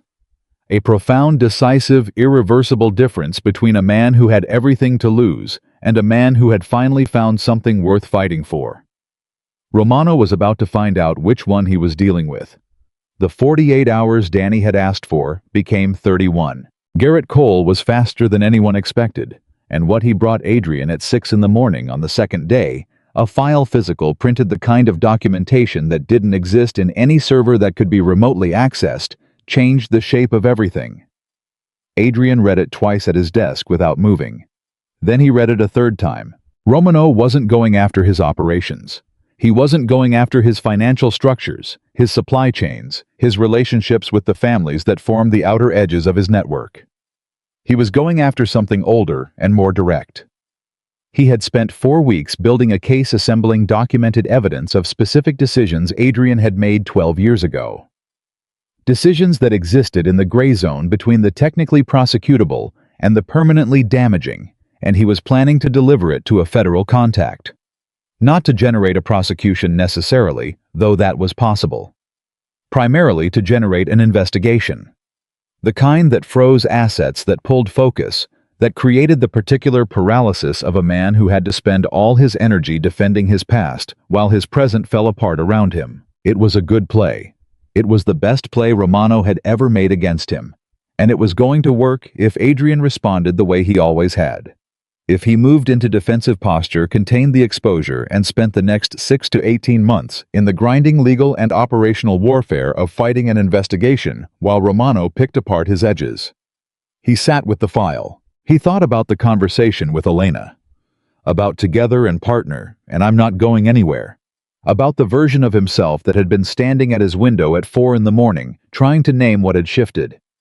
He thought about what he actually wanted, not what his empire required, not what 20 years of accumulated strategy demanded. What he, Adrian Moretti, a man from Chicago who had made a decision at 16 and had been living inside the consequences of it ever since, what he actually wanted. He picked up the phone. He called Danny first. How solid is Romano's federal contact? He asked. Solid enough. It's not a fishing expedition. He's got a relationship. Does he know that I know? Not yet. Good. Adrian paused. I want a meeting with Romano. Silence on the other end. A specific silence, the kind that Danny Reeves produced when Adrian said something that fell completely outside any frame Danny had available for it. You want to? A meeting. Neutral location. Just the two of us and whoever he needs in the room to feel safe. Adrian kept his voice level. Set it up. Adrian, if you walk into a room with Romano right now, he won't move against me directly. He's not built for that. He's built for leverage and patience, and he'll want to hear what I have to say before he does anything. A pause. Set it up. When? Today. Another silence. I'll call you back in an hour, Danny said. He called Elena before he called anyone else. This was the thing. The new thing. The thing that was still unfamiliar enough to register consciously every time he did it. The instinct to tell her, not to brief her strategically, not to manage her understanding of the situation, but simply to tell her because she was the person he wanted to tell. She answered on the second ring. I was about to call you. Why? Because I woke up this morning with a feeling that something was happening. A pause. Is something happening? Yes, he said. Garrett found Romano's play. He told her. He told her all of it, the file, the federal contact, the shape of what Romano had built, and what it was designed to do. He heard her processing it in the silence between his sentences, the particular quality of attention she brought to difficult information. When he finished, she said, "How serious is the federal exposure? Manageable if I fight it the traditional way." A pause. Which I'm not going to do. What are you going to do? I'm going to meet with Romano. The silence that followed was different from her other silences. Explain that to me, she said carefully. He's holding a file. I'm going to offer him a reason not to use it. What kind of reason? A reorganization, Adrian said, of my operations. The parts that give him the most leverage, the parts that created the documentation. He's holding in the first place. Those don't exist the way they currently exist after this conversation. Another silence. You're talking about dismantling part of what you've built. Yes. Because of the file. Not because of the file, he said. The file is the deadline. The reason is different. She was quiet for a moment. The reason is what you told me you wanted. Yes. He heard her breath slow, deliberate. Adrian, I need to ask you something, and I need you to give me an honest answer. Ask. Is this because of me? Are you making this decision because you think it's what I need to hear? He held the question. No, he said.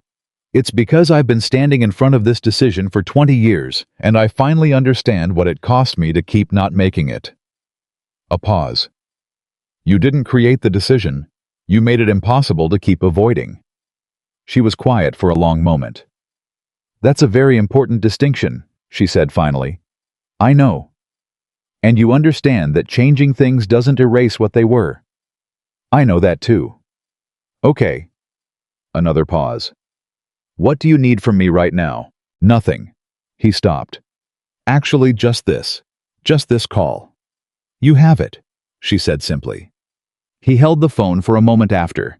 Then he went to meet Romano. The meeting happened at noon in a restaurant. Romano chose a private dining room in a midtown establishment that had been providing this kind of neutral ground to people who needed it for 30 years and had survived by being the kind of place that didn't notice things. Romano was already there when Adrian arrived.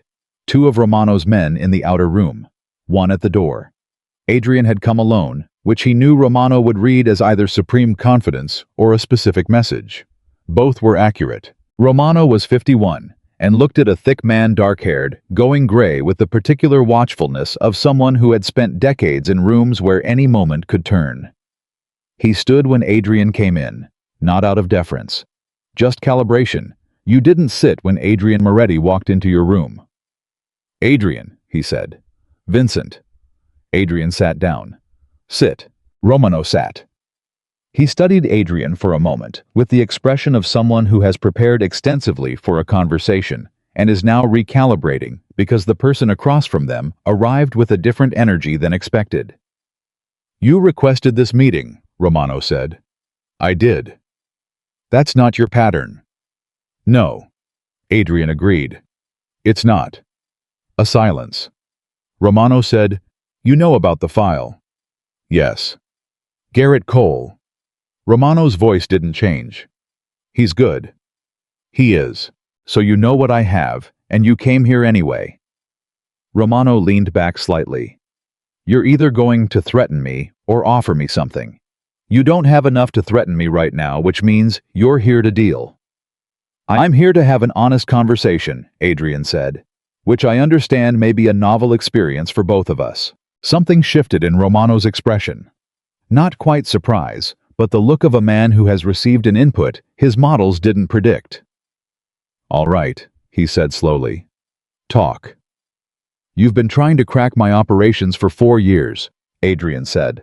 You haven't been able to, not because you're not capable, but because there was nothing to crack, nothing exposed. A pause. You found the exposure 6 weeks ago. Romano said nothing. The woman, Adrian said. Elena Carter. Is that her name? Romano said. You already know it is. A small acknowledgement. And you came here to tell me to leave her alone. No, Adrian said. I came here to make you a proposal. Romano's eyes sharpened. What kind of proposal? The kind where we both get something we want, and neither of us has to spend the next 2 years bleeding. Adrian kept his voice completely level. You want my Eastern distribution network. You've wanted it for 4 years. It's the piece of my operation that overlaps with yours in ways that create the most friction. Romano was very still now. Keep talking. I'm going to dismantle it, Adrian said. Not transfer it to you, dismantle it.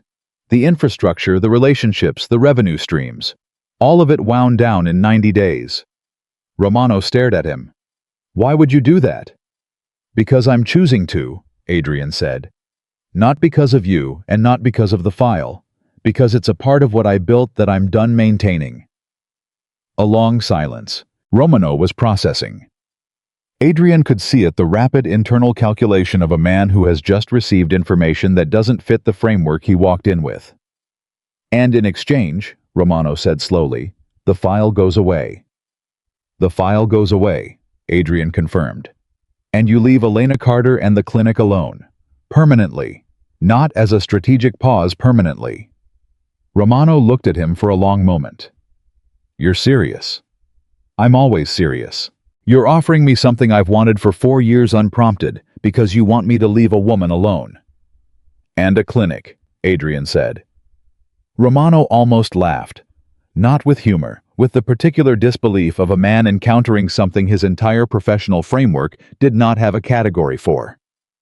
You're in love with her, Romano said. Adrian held his gaze and said nothing, which was Romano understood its own kind of answer. Romano was quiet for a long moment. He looked at the table. He looked at his hands. He looked at Adrian Moretti, who had just voluntarily offered him the thing he had spent 4 years trying to take, and who was sitting across from him with the particular settled calm of a man who has made his decision and is no longer negotiating with himself about it. The Eastern Network, Romano said. 90 days. 90 days. I'll give you documentation at 30 and 60-day intervals confirming progress. And the file. Destroyed with confirmation that I can verify. How will you verify it? Harriet Bloom will be present for the destruction, Adrian said. She will certify it. Romano's eyebrows moved slightly. You trust your attorney to do that? I trust Harriet Bloom to do exactly what she says she will do. Yes. A pause. There's something I need to understand, Romano said carefully. If I agree to this, if I leave the woman alone, what happens in a year, when the network is gone and the file is ash, and you've changed the shape of your operation? What happens between you and me then? Then we're 2 men who run overlapping legitimate businesses and who have a reason not to create problems for each other, Adrian said. I'm not in the business of permanent war, Vincent. I never was. You forced the confrontation by looking for leverage where there wasn't any. And now there is. And now I'm removing it, Adrian said. By giving you what you want through a door, instead of letting you take it through a window. Romano looked at him for a very long time. Adrian waited. He had learned patience in places Romano hadn't been. He had sat across from harder men in worse situations and outlasted them because he understood that silence was not empty. It was full of the other person working something out, and the worst thing you could do was interrupt that process. Romano worked it out. All right, he said. All right, Adrian said. They did not shake hands. Men like them didn't seal things with handshakes. They sealed them with the weight of consequence, with the mutual understanding that an agreement between them was held in place not by goodwill, but by the precise calculation of what it would cost to break it. Romano knew the cost. Adrian stood. One more thing, Romano said. Adrian paused. She must be something, Romano said. Not with contempt, with something that might in a different man have been called respect. Adrian looked at him. She is, he said. He left. Danny Reeves was waiting in the car. How did it go? He asked. We have an agreement. Adrian settled into the seat. I'll explain the details later. Right now, I need you to listen to me about something else. Danny turned to look at him directly, something he rarely did during transit. Okay. The Eastern Network. I meant what I told Romano. We're winding it down. Adrian paused. But that's not the only change. Silence. I've been doing an accounting, Adrian said, of what I've built and what it's cost. I've been doing it for weeks, and I've been avoiding the conclusion, and I'm done avoiding it. What's the conclusion? That there are parts of this organization that I built because I needed them 20 years ago and that I've been maintaining out of habit and control rather than necessity. He looked out the window. Those parts are going to change. Not overnight, not recklessly, but deliberately and completely. Danny was quiet for a moment. How many parts are we talking about? Significant ones. The men will be taken care of, Adrian said. No one who has been loyal gets abandoned. That's non-negotiable. But the structure changes. A pause. Some of them will understand. Some of them won't. I need you to be honest with me about which is which. Danny absorbed this. He was a careful man, not a man who responded from the gut, but one who sat with information until he understood its full weight. Can I ask you something? Danny said. Yes. Is this about Elena? Adrian looked at him. It's about who I want to be, he said. Elena just made me stop lying to myself about the answer. Danny nodded slowly. Something in his expression shifted. Not surprise, but the settling of something that had perhaps been waiting to settle for a long time. Then I'm with you, Danny said. Whatever it looks like. You might want to think about that before. I don't need to think about it, Danny said. 11 years. I know which side of this I'm on. Adrian held that for a moment. Thank you, he said. It came out simply without the weight he usually put on words of that kind, just cleanly the way something true sounds when it doesn't need decoration. Don't thank me yet, Danny said. Some of the families are going to push back hard. I know. Particularly the Castellano group. They're not going to like a reorganization that touches the Eastern Network. I'll handle the Castellano group. And Marcus Webb. Adrian paused. What's about Webb? He called my number this morning, Danny said. I don't know how he got it. He said he wanted to talk to you, said it was about Elena. The cold that moved through Adrian's chest was not fear. It was the particular heightened alertness of a man who monitors every variable. Webb calling Danny's number meant Webb was looking for Adrian in a way that circumvented the normal path. It meant something had happened that Webb wanted to raise without Elena present. When did he call? 7 this morning. Adrian checked his phone. It was now 12:43. Call him back, Adrian said. Tell him I'll be there in 30 minutes. Webb was at the clinic alone. Elena's shift didn't start for another 2 hours, which Adrian understood was not coincidental. Webb looked at him when he came in with the expression of a man who has made several decisions in sequence and has arrived at a place he didn't expect to be. Sit down, Webb said. Adrian sat. The reversal of their usual dynamic was not lost on either of them. She's not speaking, Webb said. I know. She's been working doubles. She's been here 12-13 hours at a stretch, and when she's not here, she's somewhere else in her head. Webb paused. I've known Elena for 14 months. She's one of the most grounded people I've ever worked with. She's not grounded right now. I know, Adrian said again. What are you going to do about it? I had a meeting with Romano this morning, Adrian said. The situation with the file is resolved. The threat to the clinic is resolved. Webb looked at him carefully. How? Negotiation. What kind? The kind that involves me giving up something significant in exchange for his agreement to leave her alone. Webb studied him for a long moment. She'll want to know what you gave up. Yes. And you're going to tell her. Everything, Adrian said. And if she doesn't like it, if she thinks you made a decision that was too much, that the cost was that you changed too much of your life in a move that she'll feel responsible for. Adrian held the question. Webb leaned forward slightly. I'm asking because I know her. She doesn't want to be the reason someone else's life gets reorganized. She'll carry that, She'll carry it, and she won't say so directly, but it'll change something between you." "I know," Adrian said. "So how do you tell her in a way that's true, without making her feel like the cost?" It was a more sophisticated question than Adrian had expected, and he held it with the attention it deserved. "I tell her what I told Danny," he said finally. "That this isn't because of her. That she made it impossible to avoid a decision I should have made a long time ago." A pause. "And then I let her decide what she does with that." Webb leaned back. He looked at Adrian for a long moment. The assessing, unhurried look of a doctor who has seen enough of human nature to know the difference between someone telling themselves what they want to believe and someone telling the truth. "All right," he said. "All right. I believe you." He paused. "That doesn't mean she will immediately." "I know. She'll need time with it. Elena processes by sitting with things. She doesn't react and then decide. She sits and then speaks, and the sitting can take a while." He looked at Adrian. "You'll need to be patient." "I'm capable of patience." "I know you are," Webb said.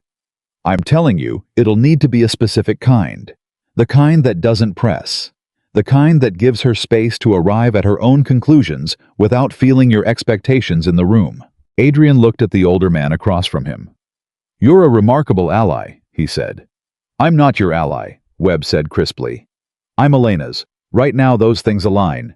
I want you to be clear about the distinction." "I am," Adrian said. She arrived at 2. She came into the back room and found Adrian sitting at the table, and the first thing she did was look at his face. She was very good at reading faces. It was the skill at the center of everything she did, and whatever she read in his now made her set her bag down slowly and sit across from him. "Tell me," she said. He told her. He told her about this meeting with Romano, about the proposal, about the Eastern Network and the 90 days and the file being destroyed. He told her about Danny's reaction and about Webb calling at 7 in the morning and about the conversation they'd just had. He told her what he had told Romano about why. When he finished, Elena was quiet. The quiet lasted longer than any silence she had held before in his presence. He let it be. He did not fill it or frame it or manage it. He just sat with her in the quiet and let her process the way Webb had said she would. She said finally, "The Eastern Network." "Yes." "That's significant." "Yes." "How significant?" Not a question exactly, more like a checkpoint verifying the scale of what she was holding. "It's the piece that created the worst of what I built," Adrian said. "It's also the most profitable. Dismantling it costs real money and real leverage." Elena nodded slowly. "And Romano agreed." "Yes." "Because you gave it to him freely. Because I offered him what he wanted through a door, instead of letting him try to take it through a window." She turned her coffee cup slowly. "And this is you're doing this because you decided to, not because of me." "Because I decided to," he said. "You made the decision unavoidable. There's a difference." She looked at him. "You told me," she said. "When we were talking about change, I told you that if you became a better man, it had to be because you believed you should, not because you wanted to keep me. You did say that. I meant it. I know you did. Is this—" She paused. "Are you doing this because you believe you should?"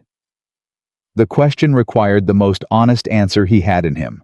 "Yes," he said. "And also because I want to keep you. And I've decided not to lie about either part." She held that. Then something moved in her face. Not the controlled processing of the last several minutes, but something less managed. Something that surfaced from below the careful attention she had been holding the situation with, and that was, he thought, relief. "Okay," she said quietly. "Okay. I'm not saying it fixes everything. I'm not saying the past disappears. I'm not saying there are things you've done that I don't have a clean way to hold yet, and I'm still working on them." She looked at him steadily.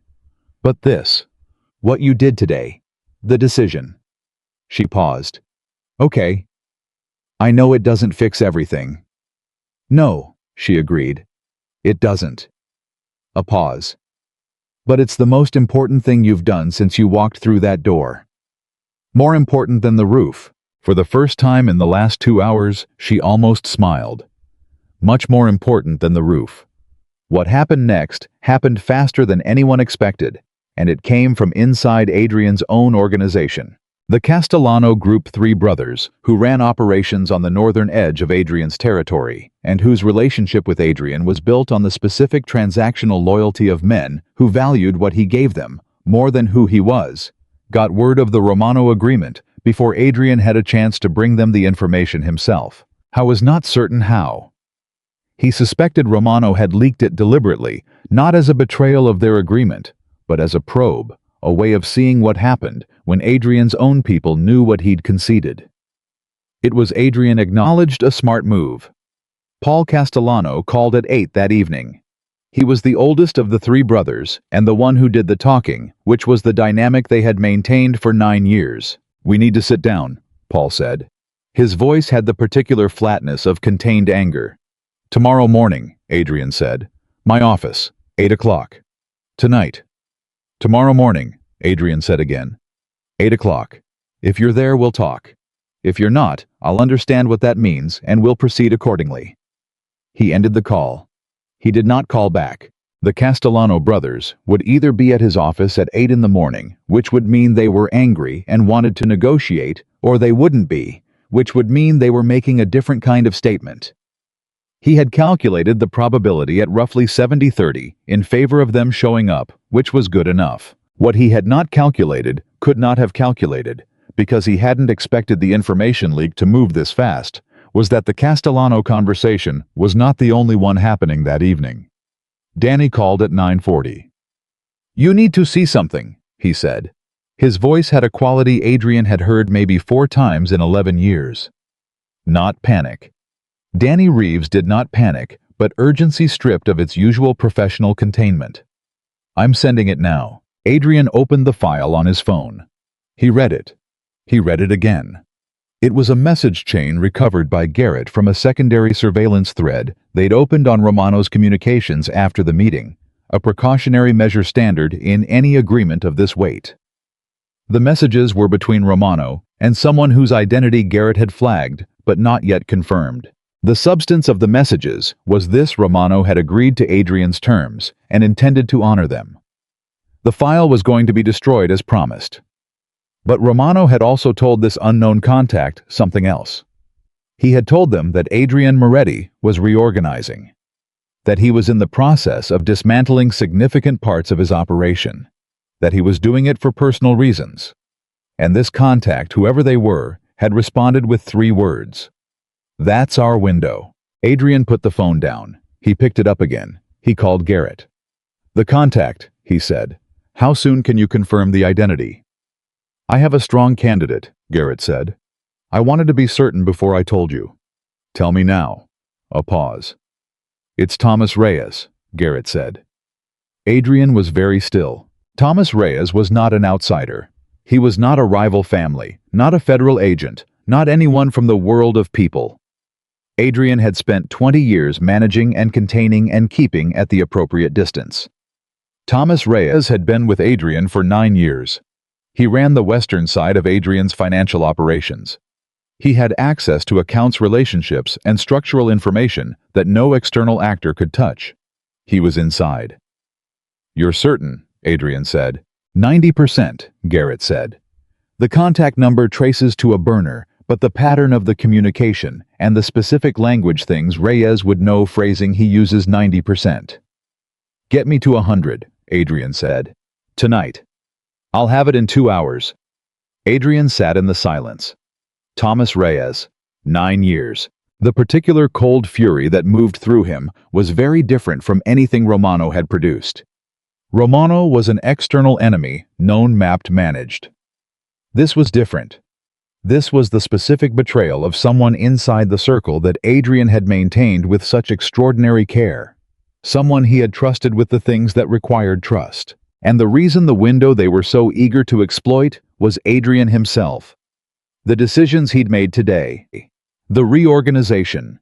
The deal with Romano. Thomas Reyes had watched Adrian change direction and had immediately started calculating how to profit from the exposure. He thought about Danny.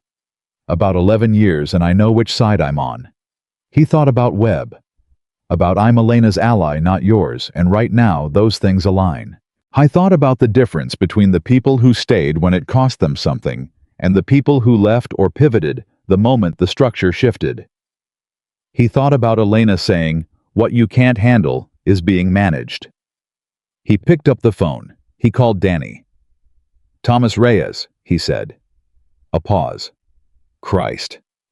Garrett's at 90%. He'll have confirmation in 2 hours. What do you want to do?" Adrian thought about what he would have done a year ago, 6 months ago, even 3 months ago before a clinic with a buzzing light and terrible coffee and a woman who asked honest questions had reorganized something fundamental in how he understood his own priorities. 3 months ago, the answer would have been immediate and final and would not have required a second thought. "I want to give him the chance to explain," Adrian said. Danny was quiet.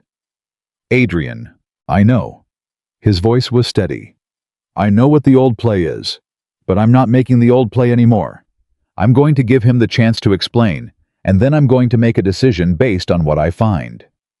And if the explanation is what we think it is, then the consequences are what they are," Adrian said. "But I'm not skipping the step, not anymore." A long pause. "You've changed," Danny said. "Not as judgment, as observation. Simple and exact." "Yes," Adrian said. "She did that." "I did that," Adrian said. "She made it possible to see the reason." Danny was quiet for a moment. Then, "What do you need from me tonight?" "Eyes on Reyes. Nothing more. I don't want him spooked before I've confirmed and before I've had the conversation." "Done." "And Danny, if anything moves near the clinic tonight, anything at all, I'll call you before I call anyone else," Danny said. Adrian ended the call. He sat alone. He sat with the specific weight of a day that had begun with a file about Romano and had moved through a negotiation and a conversation with Webb and Elena's okay and Danny's loyalty, and had arrived here at 9:45 in the evening with the probability that someone he had trusted for 9 years had already started selling the story of his reorganization to whoever was on the other end of 3 words. That's our window. I understood something now that he had only partially understood before. Changing direction didn't make you safe. It made you legible. It showed people the new shape of you, where the edges were, where the commitments were, what you would and wouldn't protect. And not everyone who saw the new shape would respond with the loyalty Danny had shown, or the honest challenge Webb had offered. Some people would see a reorganization as exactly what Reyes apparently did. An opening. Adrian had known this was possible. He had told himself he was prepared for it. He had been right. The resolution was not anger. It was not the hot, blade-sharp response that 9 years of betrayal should theoretically have produced. It was something quieter. Clarity. The same clarity that had settled in him that morning when he'd sat across from Romano in a restaurant off Midtown and given away the Eastern Network without flinching because the thing he was building toward was worth more than the thing he was giving up. He was still building toward it. Reyes was a problem to be handled. The Castellano brothers were a meeting to be had tomorrow morning. Romano's intelligence leak was a calculation to be noted and filed and responded to with appropriate adjustment. All of it was manageable. Not because he had more power than the problems arrayed against him, though he did still, and that was not nothing. Because he knew what he was protecting now, and knowing that with certainty changed the quality of everything he brought to protecting it. He stood. He went to the window. The city was fully dark now, the particular dense dark of a late autumn evening in New York, lit from below and from within, the whole vast organism of it, working through the night at its inscrutable business. He picked up his phone one more time. He called Elena. She answered quickly. "Is everything okay?" "Yes," he said. He paused. "I wanted to hear your voice." A short silence on her end, surprised, he thought, by the simplicity of it. "That might be the most human thing you've ever said to me," she said softly. "I'm working on being more human." "I know you are." A pause. "Adrian." "Yes. Whatever happened tonight, I can hear it in your voice. You don't have to tell me right now, but I want you to know you can." He held the phone. Tomorrow, he said. I'll tell you everything tomorrow. Okay. A pause. Try to sleep. You too. I will if you will. Deal, he said. He ended the call. He stood at the window for a long time. The city moved below him, indifferent and enormous, and full of the lives of people who had no idea that a man 20 stories above them was in the middle of the most significant recalculation of his entire life. Not a strategic recalculation, not an operational one, but a human one.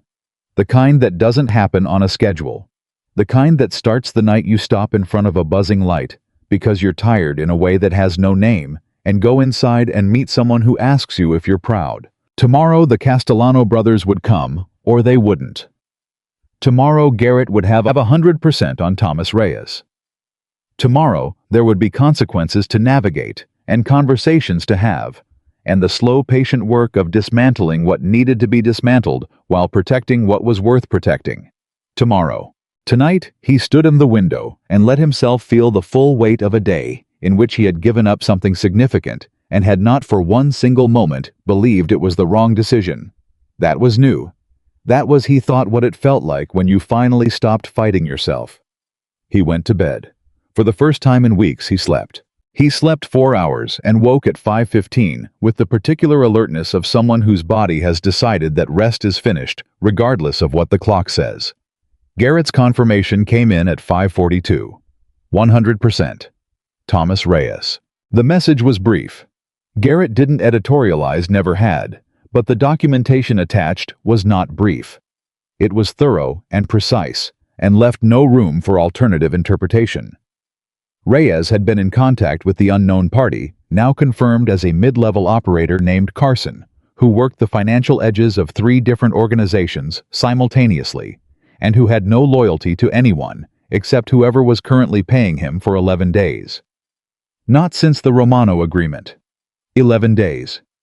Which meant Reyes had started hedging before Adrian had made any move, had seen something in the general direction of travel, and had begun building his exit ramp before the destination was even named. 9 years. Adrian read the documentation at his kitchen table with the same focused attention he brought to everything, and he held the specific feeling of it. Not grief exactly, but something adjacent. The feeling of recalibrating a map when a landmark you'd trusted turns out not to have been where you marked it. He got dressed. He called Danny at 6. "I have the full confirmation," he said. "I know. Garrett copied me." A pause. "How do you want to handle it?" "I want to talk to him before the Castellano meeting. 8 o'clock is Castellano.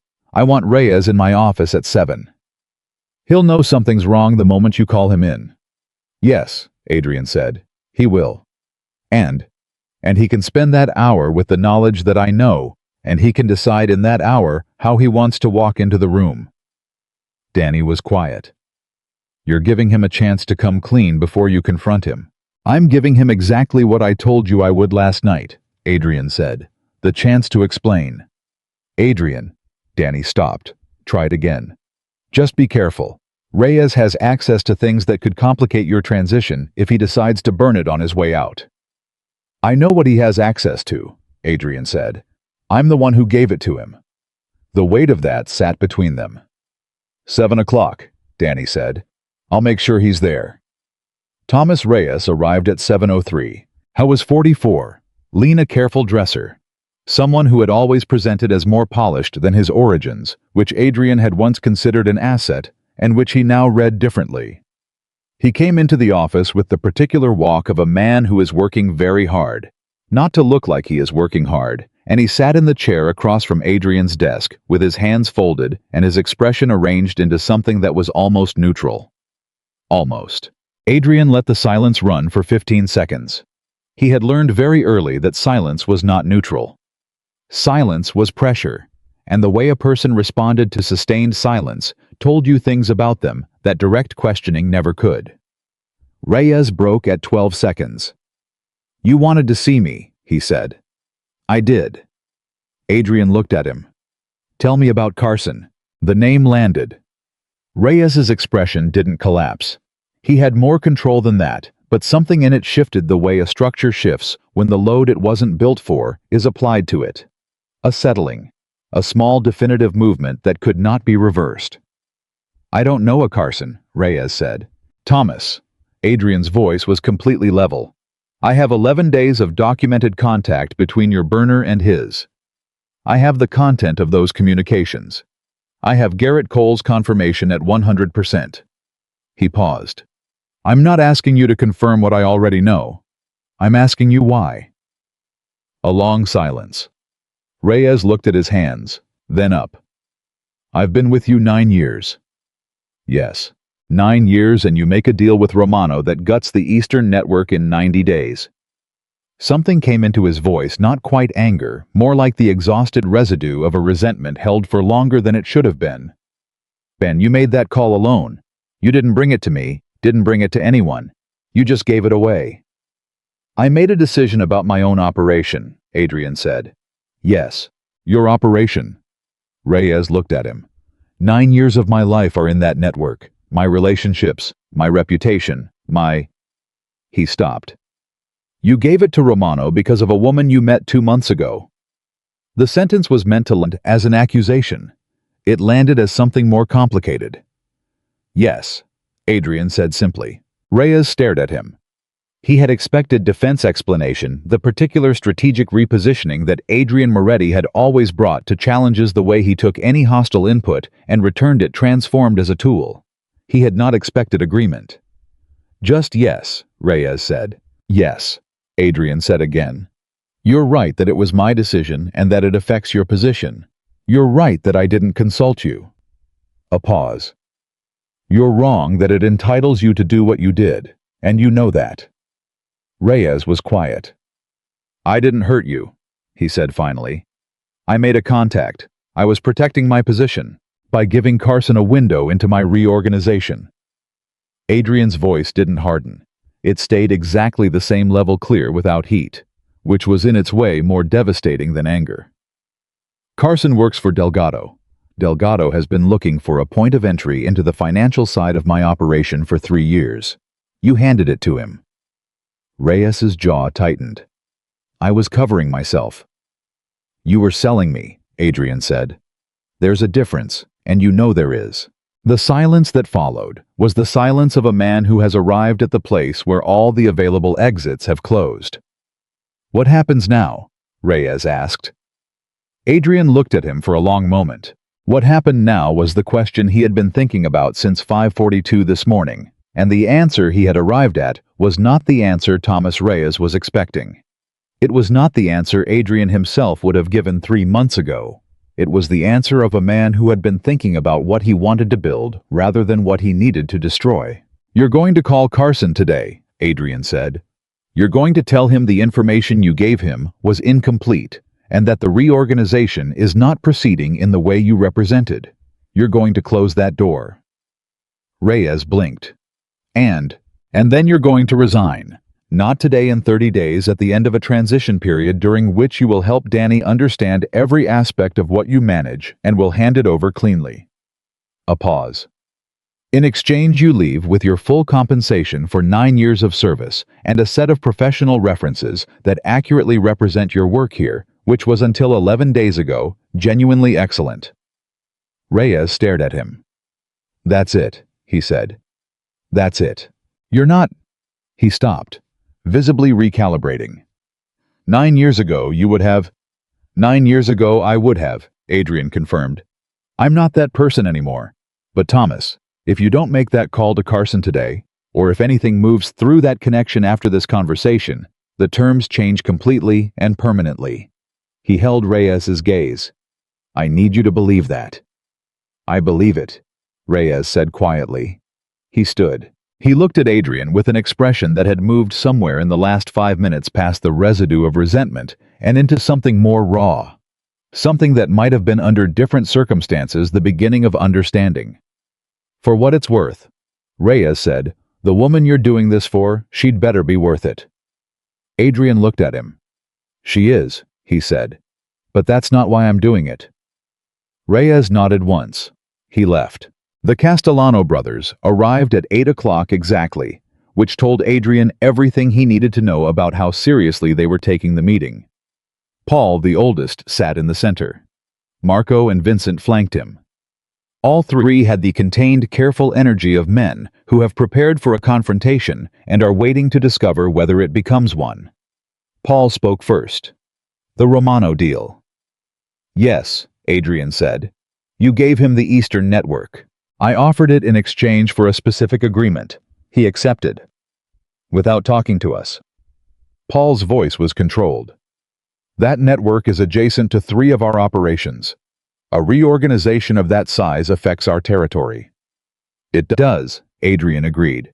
Which is why I'm having this conversation. You're having this conversation after the fact, Marco said. He was the middle brother and the angriest, which was a dynamic Adrian had navigated for 9 years. The decision was already made. Yes, Adrian said. The decision about my operation was made by me. The conversation about how it affects yours, that's what we're having now. Paul looked at him steadily. What does the reorganization look like beyond the Eastern Network?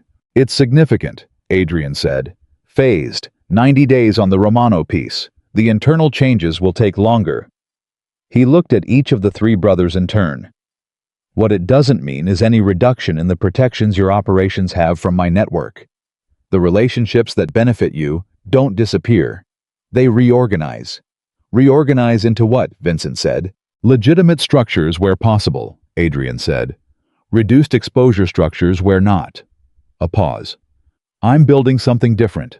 That doesn't mean I'm abandoning the people who have operated in good faith with me. The 3 brothers exchanged a look that Adrian let run without interrupting. Paul said, Why? It was the same question everyone had been asking. Danny, Webb, Reyes. Because I've been doing an accounting, Adrian said. And the numbers came up differently than I expected. Because of a woman, Marco said. Not as Romano had said it, not with anything approaching acknowledgement.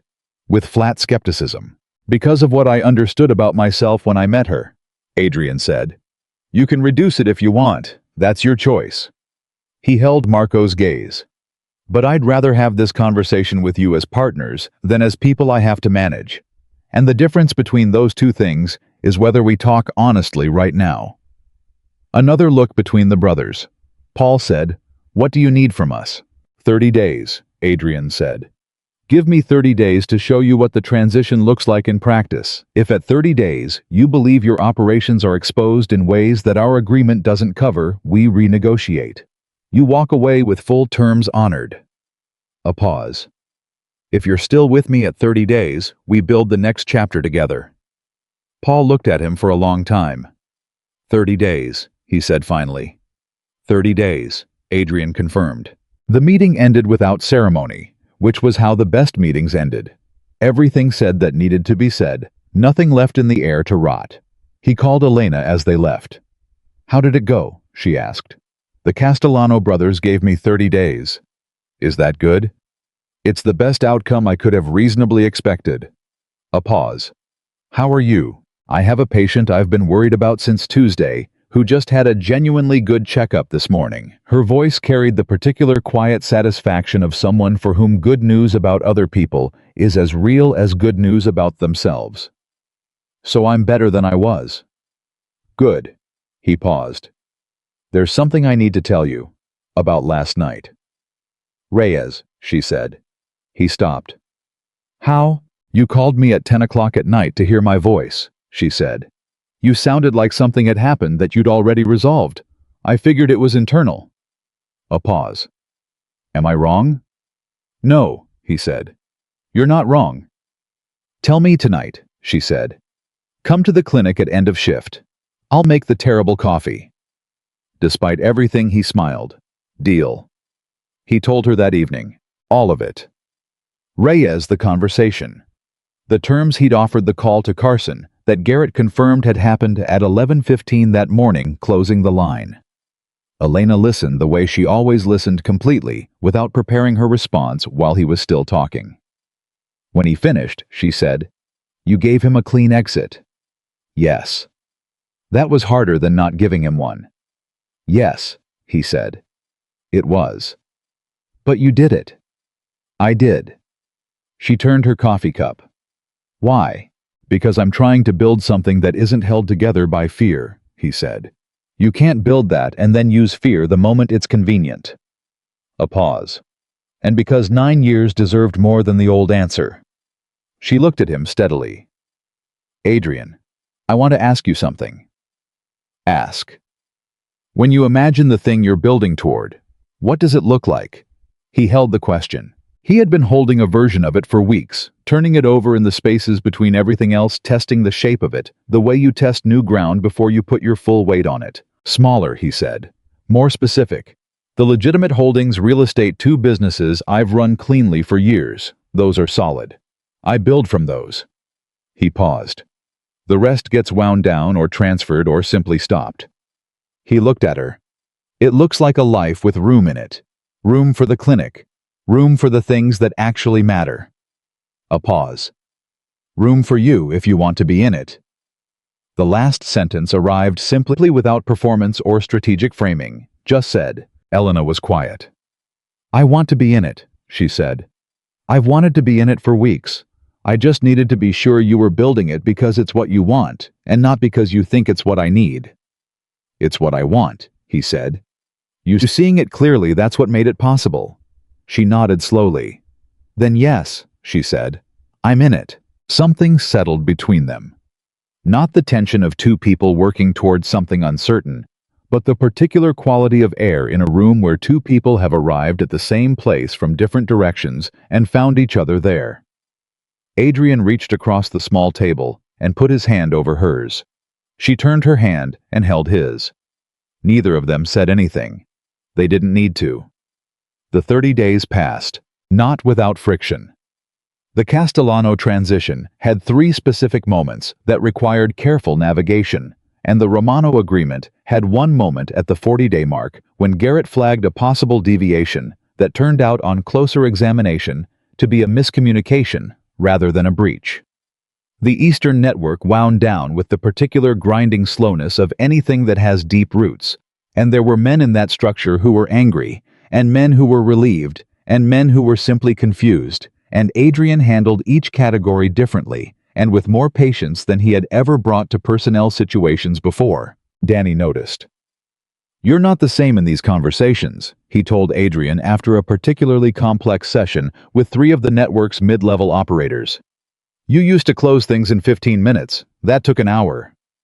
I know, Adrian said. Was it better? Adrian thought about it. 2 of those 3 men are going to be fine. The 3rd is going to be a problem in 90 days regardless. But the 2 who are going to be fine, they know it now. 6 months ago, they wouldn't have. He paused. That matters more than the hour. Danny looked at him with the expression he had been wearing with increasing frequency over the past weeks. The expression of a man watching something he's been watching for 11 years become quietly and substantially something new. Yes, Danny said. It does. Webb watched too. He watched Adrian at the clinic, which was more often now, and without the quality of careful restraint that had characterized the early visits. The ones where Adrian sat at the table with the tension of a man maintaining a boundary he was simultaneously walking toward. Now he was just there, present, comfortable in the specific unperformed way of someone in a space that has become genuinely familiar. He watched Adrian with Elena. He watched the way Adrian listened to her, not strategically, not in the way of a man processing information, but the way of a man who finds the particular quality of another person's thinking genuinely interesting. He watched Elena with Adrian, and saw the thing he'd been monitoring for the signs that the weight of Adrian's world was pressing on her in ways she wasn't saying, and found instead something that surprised him. She was lighter, not reckless, not unrealistic, not willfully blind to the complexity of the life she was adjacent to, but lighter, less alone with things. He recognized it because he had watched her carry things alone for 14 months, and had understood that the carrying was not a problem to be solved. It was just the weight of being a person who had lost her entire family in a year and was rebuilding without a net. She wasn't carrying it alone anymore. He told her that one afternoon, directly the way he told her most things. "You seem better," he said. She looked up from a chart. "Better than what?" "Better than the first 14 months. She put the chart down. She thought about it with the seriousness she brought to her own internal state, not defensively, not performing happiness, but actually considering whether it was true. "Yes," she said finally. "I am. Because of him. Because of a lot of things," she said. "Because of this clinic, because of you, because of the work." A pause. "And because of him. All of it together." "That's a healthy answer," Webb said. "I've been working at it," she said. He smiled. It was the kind of smile that lived in the eyes more than the mouth. The smile of someone who has seen enough of human difficulty to recognize without sentimentality when something has genuinely gone right. The conversation that changed everything again happened on a Thursday evening, 62 days after the Romano meeting in the back room of the clinic, over the terrible coffee that had become in some strange and particular way the most comforting drink Adrian Moretti had encountered in 20 years. Elena said, "Harriet Bloom called me today." He looked up. "Why?" She called to introduce herself. She said she wanted me to know that the documentation she was certifying the destruction of the Romano file was being completed next week. She paused. She also said something else. "What?" she said, and I'm going to quote her directly because I think it matters. She said, "In 15 years I have never seen this man make a decision that wasn't calculated to the last variable. What he's doing right now is not calculated. I wanted you to know that." Elena looked at him. Why would she tell me that? Adrian was quiet for a moment. "Because Harriet is a woman who values precision," he said. "And she probably wanted you to have precise information. Did you ask her to call me?" "No." Elena studied him. "She did it on her own." "Apparently." "She likes you," Elena said. "She respects competence," he said. "It's not the same thing." "She called me to tell me something she didn't have to tell me." Elena shook her head slightly. "That's not professional obligation. That's she was doing something kind." Adrian looked at his coffee. "She's been known to." "You didn't know that about her." "I'm learning," he said simply. "That the people around me are more than the function they serve. I'm still learning it." Elena reached across the table and put her hand over his, the same way he had done 6 weeks ago. The small, complete gesture of two people who have found their way to the same place. "I know you are," she said. "That's one of the things I love about you." The word landed in the room. "Love," said simply, without build-up or ceremony. The way Elena said everything true directly, because it was true, and because she had decided it deserved to be said out loud. Adrian looked at her. He felt it, the full, disproportionate weight of it. Not because he hadn't known. He had known for weeks, in the way you know something before you have the language for it, before the knowledge becomes a sentence you can carry. He had known it, and had been holding it the same way he held everything that mattered most carefully with both hands, trying not to drop it. "Elena," he said. "You don't have to say it back right now," she said. "I'm not. I said it because it's true. Not because I need the echo. I know you didn't." He looked at her steadily. "I love you." He said it clearly without the... He would have applied to those words at any other point in his life, without the strategic qualification, without the careful framing that minimized exposure. Just the words. "I've been working up to saying it for 3 weeks because it's the most consequential thing I know how to say, and I wanted to be sure I was saying it correctly." Elena looked at him for a moment. Then she laughed, a real laugh, warm and surprised, the laugh of someone who has received something that landed a little differently than expected, and finds that the difference is entirely good. "You were rehearsing it," she said. "I was being thorough." "Adrian Moretti. You negotiated with a crime boss, you dismantled a criminal network, you handled an internal betrayal, and you rehearsed telling me you love me." "Those other things were familiar territory," he said. "This is not." She was still smiling, that real smile, the one that changed her whole face. She reached up and touched his jaw with one hand, a gesture so simple and so completely without calculation that it undid something in him in a way that no complex negotiation ever had. "Hi," she said softly. "Hi," he said. "Welcome to unfamiliar territory." "How do I do here?" he asked. "Exactly the way you've been doing," she said. "Honestly, carefully, without pretending you have it figured out before you do. A pause. You're actually very good at it. I have a good teacher. You are, she said, doing the work yourself. I just asked the first question. The file was destroyed on a Tuesday.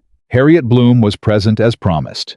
The process was thorough and documented, and when it was complete, she called Adrian and said simply, "It's done." 3 words that closed a chapter and opened another. He called Elena immediately after. "It's done," he said. She was quiet for a moment. Then, "How do you feel?" He thought about it. "Like I've been carrying something for 12 years that I put down, and I'm still feeling the absence of the weight." "Does it feel good?" "It feels different," he said. "I'm not sure good is the right word yet. It feels right." "That's better than good," she said. He thought she was probably correct. Romano, for his part, held to the agreement. I was not a man who honored commitments from sentiment. He honored them because breaking them would cost more than keeping them, and because he had done his own accounting of the situation, and had arrived at a calculation that surprised him. Adrian Moretti reorganizing was in certain ways better for Romano than Adrian Moretti destabilized. A destabilized Moretti created chaos in structures that Romano also had stakes in. A Moretti who was deliberately and carefully reducing his footprint created predictable space that Romano could manage. How was a man who respected operational clarity? And there was something else. Something he didn't say to anyone that lived in the back of his mind as a quiet private acknowledgement. He had sat across from Adrian Moretti in a restaurant off Midtown and watched a man who had built 20 years of power decide that there was something more important than the power. He had watched it happen in real time in the particular quality of Adrian's stillness and the complete absence of performance in his voice. Romano was 51 years old and had never once made a decision that wasn't optimized for position. He thought about that more than he expected to in the weeks after their meeting. He did not reach out. But he did not interfere. 3 months after the Romano meeting, Danny Reeves came into Adrian's office with a folder and put it on the desk. "The 30-day report," he said, "for the Castellanos." Adrian opened it. He read through the transition summary, the structured handover of the Eastern Network, the financial documentation, the status of the relationships that had been rerouted or wound down. "How are they?" he asked. "Paul's satisfied," Danny said. "Marco's still watching. Vincent's come around more than I expected." He paused. "They're going to stay." "Good." Adrian closed the folder. Danny stood there for a moment. "What?" Adrian said. "I've been thinking about something you said, months ago." Danny sat down, not at the chair across the desk where conversations of business happened, but in the chair to the side, the posture of someone who is speaking as a person, rather than as a lieutenant. "You said you were building something that isn't held together by fear." "Yes." "I've been watching you build it." A pause. "It works, Adrian. I want you to know that from me directly. It works." Adrian looked at him. "There are men in this organization who are more reliable now than they were a year ago," Danny said. "Not because they're more afraid of the consequences of failure. Because they understand what they're part of, and they've decided they want to be part of it." He paused. "That's different. It's harder to build, and it's more stable once you have it." "I know," Adrian said quietly. "You've done it in 3 months." "We've done it," Adrian said. "You and the people who stayed." Danny shook his head slightly. "You set the direction. You walked it with me." They held that for a moment. The quiet acknowledgement of 2 people who have moved through something difficult together and have arrived somewhere neither of them could have fully predicted. "How's Elena?" Danny asked. "Good," Adrian said. The word was simple and complete and carried more weight than its 3 letters had any right to. "Really good." Elena was at the clinic on a Wednesday evening when Adrian arrived with something she hadn't expected. It was a folder. She looked at it, then at him. "What's that?" "The financial structure for the clinic's next 5 years," he said. "Funded through a foundation. Clean money documented completely, no connection to anything that could create complications." He put it on the table. "Webb has the full proposal. I wanted you to see it first." She opened the folder. She read through the summary, the funding amounts, the structure, the conditions, which were minimal and straightforward. She turned pages slowly. When she looked up, her expression was the one he had come to understand as her processing face, the one she wore when something real had landed and she was deciding what to do with it. "This is 5 years," she said. "Yes." "That's a significant commitment." "Yes." "Why 5 years?" "Because sustainable things need time to prove they're sustainable," he said. "And because I intend to still be in this neighborhood in 5 years." She held his gaze. "You intend," she said. "Elena." He looked at her across the small table in the back room of the small clinic under the light that still buzzed occasionally, and that neither of them had ever moved to replace, because it had become in its own small way part of the fabric of what this place meant to them. "I walked through that door 4 months ago to get stitches. I have not once in 4 months wanted to be anywhere that you weren't." A pause. "I'm not going anywhere." She looked at him for a long moment. Then she stood up, came around the table, and put her arms around him. Not a performative embrace, not the careful, tentative closeness of two people, still finding the edges of what they were to each other, but the full, settled, unambiguous embrace of two people who know exactly where they are. He held her. He felt the weight of her, the realness of her, the fact of her, and underneath all of it, underneath the months of negotiation and confrontation and dismantling and rebuilding, underneath the Eastern Network and Romano and the File and Thomas Reyes and the Castellano brothers, underneath all of it, one quiet and permanent truth. He had walked into a clinic to get stitches. He had found the first real thing. Dr. Marcus Webb signed the funding agreement 3 days later and called Adrian to tell him. "Thank you," he said. Simply, directly, in the way Adrian had come to understand, was Webb's most sincere register. "The clinic does good work," Adrian said. "It does," Webb agreed. "It also does something else now." "What?" "It's the reason a man I was very uncertain about turned out to be someone I was wrong to be uncertain about." A pause. "I want you to know I was wrong. I thought the risk to Elena was too high. I thought the weight of your world would eventually press on her in ways she couldn't sustain." Another pause. "I was wrong." Adrian held the phone. "You were right to be uncertain," he said. "You were doing your job." "Yes," Webb said, "and now I'm doing it again, which is telling you that what you've built here, what you're building, it's good. I've watched it happen. It's real." A pause. "Don't lose that." "I won't," Adrian said. "See that you don't." Webb ended the call. Adrian stood with the phone in his hand and let the full weight of what had been built settle around him. Not the empire, not the network, not the architecture of control and fear and maintained distance that he had spent 20 years constructing, and that was now in the process of becoming something fundamentally different. The thing that had been built was smaller and more specific, and entirely without the cold grandeur he had once mistaken for strength. A small clinic with a buzzing light. A woman who asked honest questions. A doctor who monitored the situation and revised his judgment when the evidence required it. A lieutenant who said, "I know which side I'm on," without needing to think. An attorney who called a woman she'd never met because precision mattered and kindness was a form of it. People who had decided one by one, and for their own reasons, that what was being built here was worth being part of. That was the thing. That was what he had found on the other side of the night that was never supposed to matter.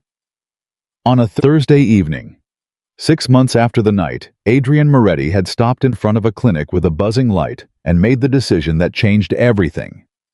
He sat across from Elena at the small table in the back room, 2 cups of the terrible coffee between them. And Elena said, "Do you remember what you told me the first night when I asked what you did?"